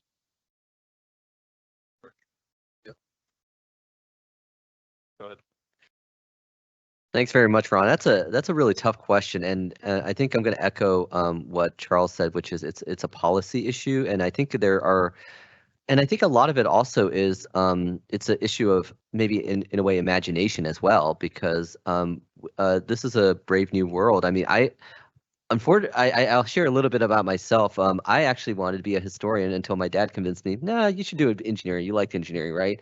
But and I think about this, it almost feels like when I read history, like back in the turn of the 20th century, like industrialization and a lot of technologies that come out. Nobody has really like seen usages of these particular technologies. I think about like the Russo-Japanese War, where you saw the use of trench warfare, machine guns, etc. All this we saw way before World War I. And I wonder if right now we're at this point, this inflection point where we know the technologies exist, we know that it's all there. It's a matter of imagining well, how can we employ this most effectively? And I don't know the right answer to that. I'm sure there are places where that's actually being answered.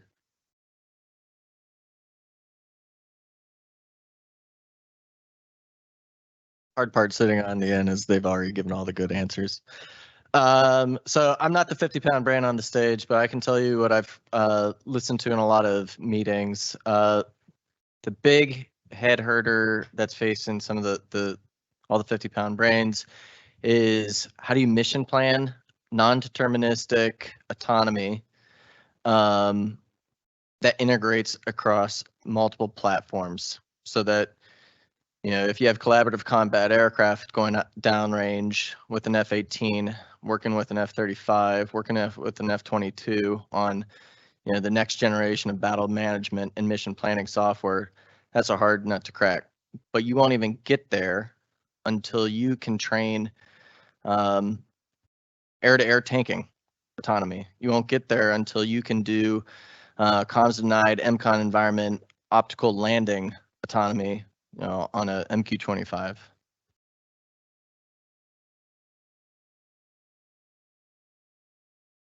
minutes to finish it. All right, I'm going to suppress first and foremost the engineer in me and give you the deputy program manager answer.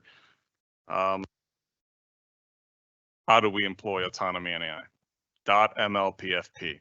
Right now, there's a lot of requests, desire for autonomy and AI. Resourcing is a different beast, right? What is the value proposition of autonomy and AI? Understanding what it is that we're trying to achieve. A lot of folks ask the question, what are we getting, right? How are we using it? Ultimately generating something, providing an ATOPS for it, giving it to Nautic and say, go figure out how to use it. When we talk about a mission and we talk about a capability to address the needs of that mission, it goes beyond a platform and a device. It's how we train, how we lead, what tactics, facilities, so on and so forth. So the whole .ml PFP is something that I think we need to figure out how it aligns to the value proposition that we're trying to generate and ultimately bring about. So now suppressing the deputy program manager hat and putting the engineering hat, still looking towards what the program manager wants. Counter autonomy, counter autonomy, counter AI, counter AI. Acknowledging that the adversary is recognizing the very same technologies that we're trying to apply, we're trying to deny them the effective use of autonomy and AI and their mission effectivity. They're trying to do the same for us. So how do we bake that understanding in of the current threats, vulnerabilities, the evolving projected needs into our design process, our validation process, and our monitoring processes? So that's what I would, now that I've turned red, I'll leave it there.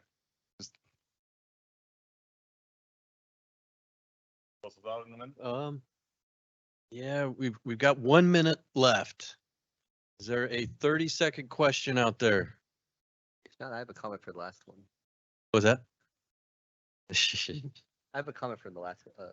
Okay, go for it, George. Finish Yeah, it up. I think another aspect that's also important on the policy is, especially for us, is how do we fly? And I think Pete actually mentioned it too. He mentioned it from a Kana perspective. I mentioned it from a flight safety perspective. How do we get through flight safety, and how do we actually understand that critically? I mean, I think there's a lot of debates on when we talk about FAA, does that actually make sense for us to actually put autonomy in a certain way in the FAA airspace or in the battle space? So I think those questions definitely need to be answered for us to start really deploying it, because that those are questions that are certainly hurting a lot of people's heads right now. Over.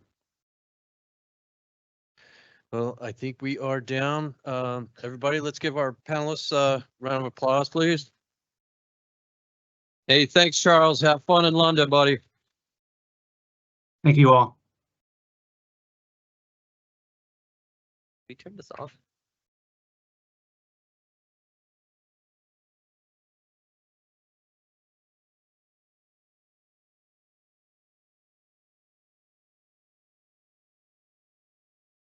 Well, that was probably one of the best ways you could possibly have brought this these 3 days to conclusion. So first off, I want to thank everybody who stuck with us here in person for 3 days. I also want to thank our online teams folks for sticking with us as well. And before we wrap up, and I kind of include things, I want to start the wrap up by thanking Brad Van Horn, Shelly, the rest of the entire ops team, Hoodie, the folks that were here on day one with the security team. You all know what it takes to put this together. I want to thank the Smart Building team for allowing us to be here. So for those of you who are here, I'd appreciate a very robust round of applause. And for those of you online, for everybody who helped, Brad, thank you so very much. For everybody who allowed us to pull this off. For 3 days now, we have been talking about, we started off with an understanding of the threat. We started the whole point, and one of the great questions today that I heard in one of the earlier panels, and I think it was when my unmanned team was up here, was about schedule. What are we doing and what are they doing to try to improve upon schedule? This industry day, the constant theme that you heard in 3 days was about schedule. We started with the security environment to try to get the word out to industry about a better understanding of the competitive decade, this decisive decade that we are now in. You've heard the term a near peer competitor. I would put forward that China is not near peer. They are a peer competitor, period. End stop, end quote, peer competitor in every shape of the term. We've talked about the time frame that we are facing and the sense of urgency that we need. This very forum is our way of trying to get that word out to industry, and we need all of you to now take it back into your companies and help your workforce understand the urgency that we are all working towards.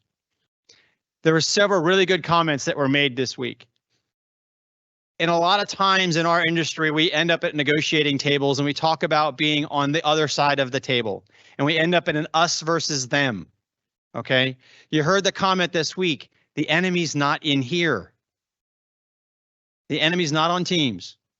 The enemy is not within our defense industry base. The enemy is out across the Pacific or on the battlefield in Ukraine. Okay, please keep that in mind as we're all trying to work to the common goal.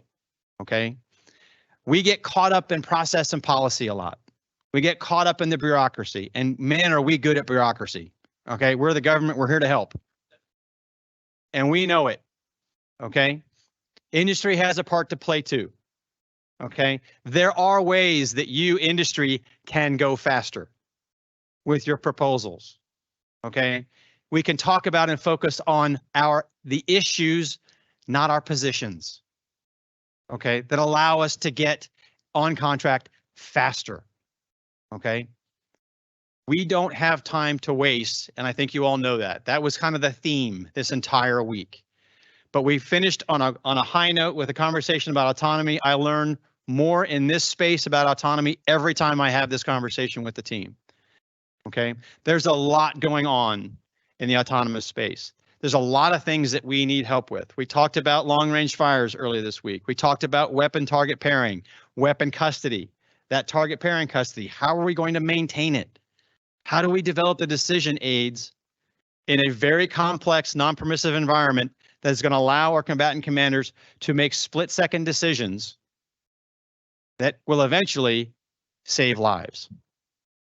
Remember that in all of the conversation about systems and weapons and autonomy and architectures, there are very real people involved. And in the engagements that we unfortunately may find ourselves in, we are very likely going to lose capital assets, not just an aircraft, but capital ships that have men and women, sons and daughters of this great nation, and it is up to us to bring them home. And it's very, very real. And I need everybody to keep it very, very real and urgent to get to the solutions that we need, so that every morning President Xi wakes up and says, not today. Not today. That's the vote. That's the North Star. That's where we need to be. I can't thank all of you enough for participating in the UNW 3-Day Industry Day. Today was also collected with PEUSC. Thank you so much for being here and participating as well. I appreciate your engagement throughout the sessions, out during the breaks. And again, I can't thank the ops team enough for pulling this off and bringing this all together with all the support. Thank you all for being here. Don't forget the white paper process. Please engage, get your white papers in. We will process them, get them back to you. For those of you online, thank you so much for your participation. If you had questions, please log them in the chat. We will do our very best to get you those answers back as quickly as we can. Thank you all for coming to Southern Maryland. Appreciate you taking the trip to get here. I have no idea what's going to happen in the next 2.5 days with respect to shutdown, but we will eventually see you on the flip side when we come back out of it. Okay. Thank you all very much. Appreciate it. Thank you for participation. Thanks for being here.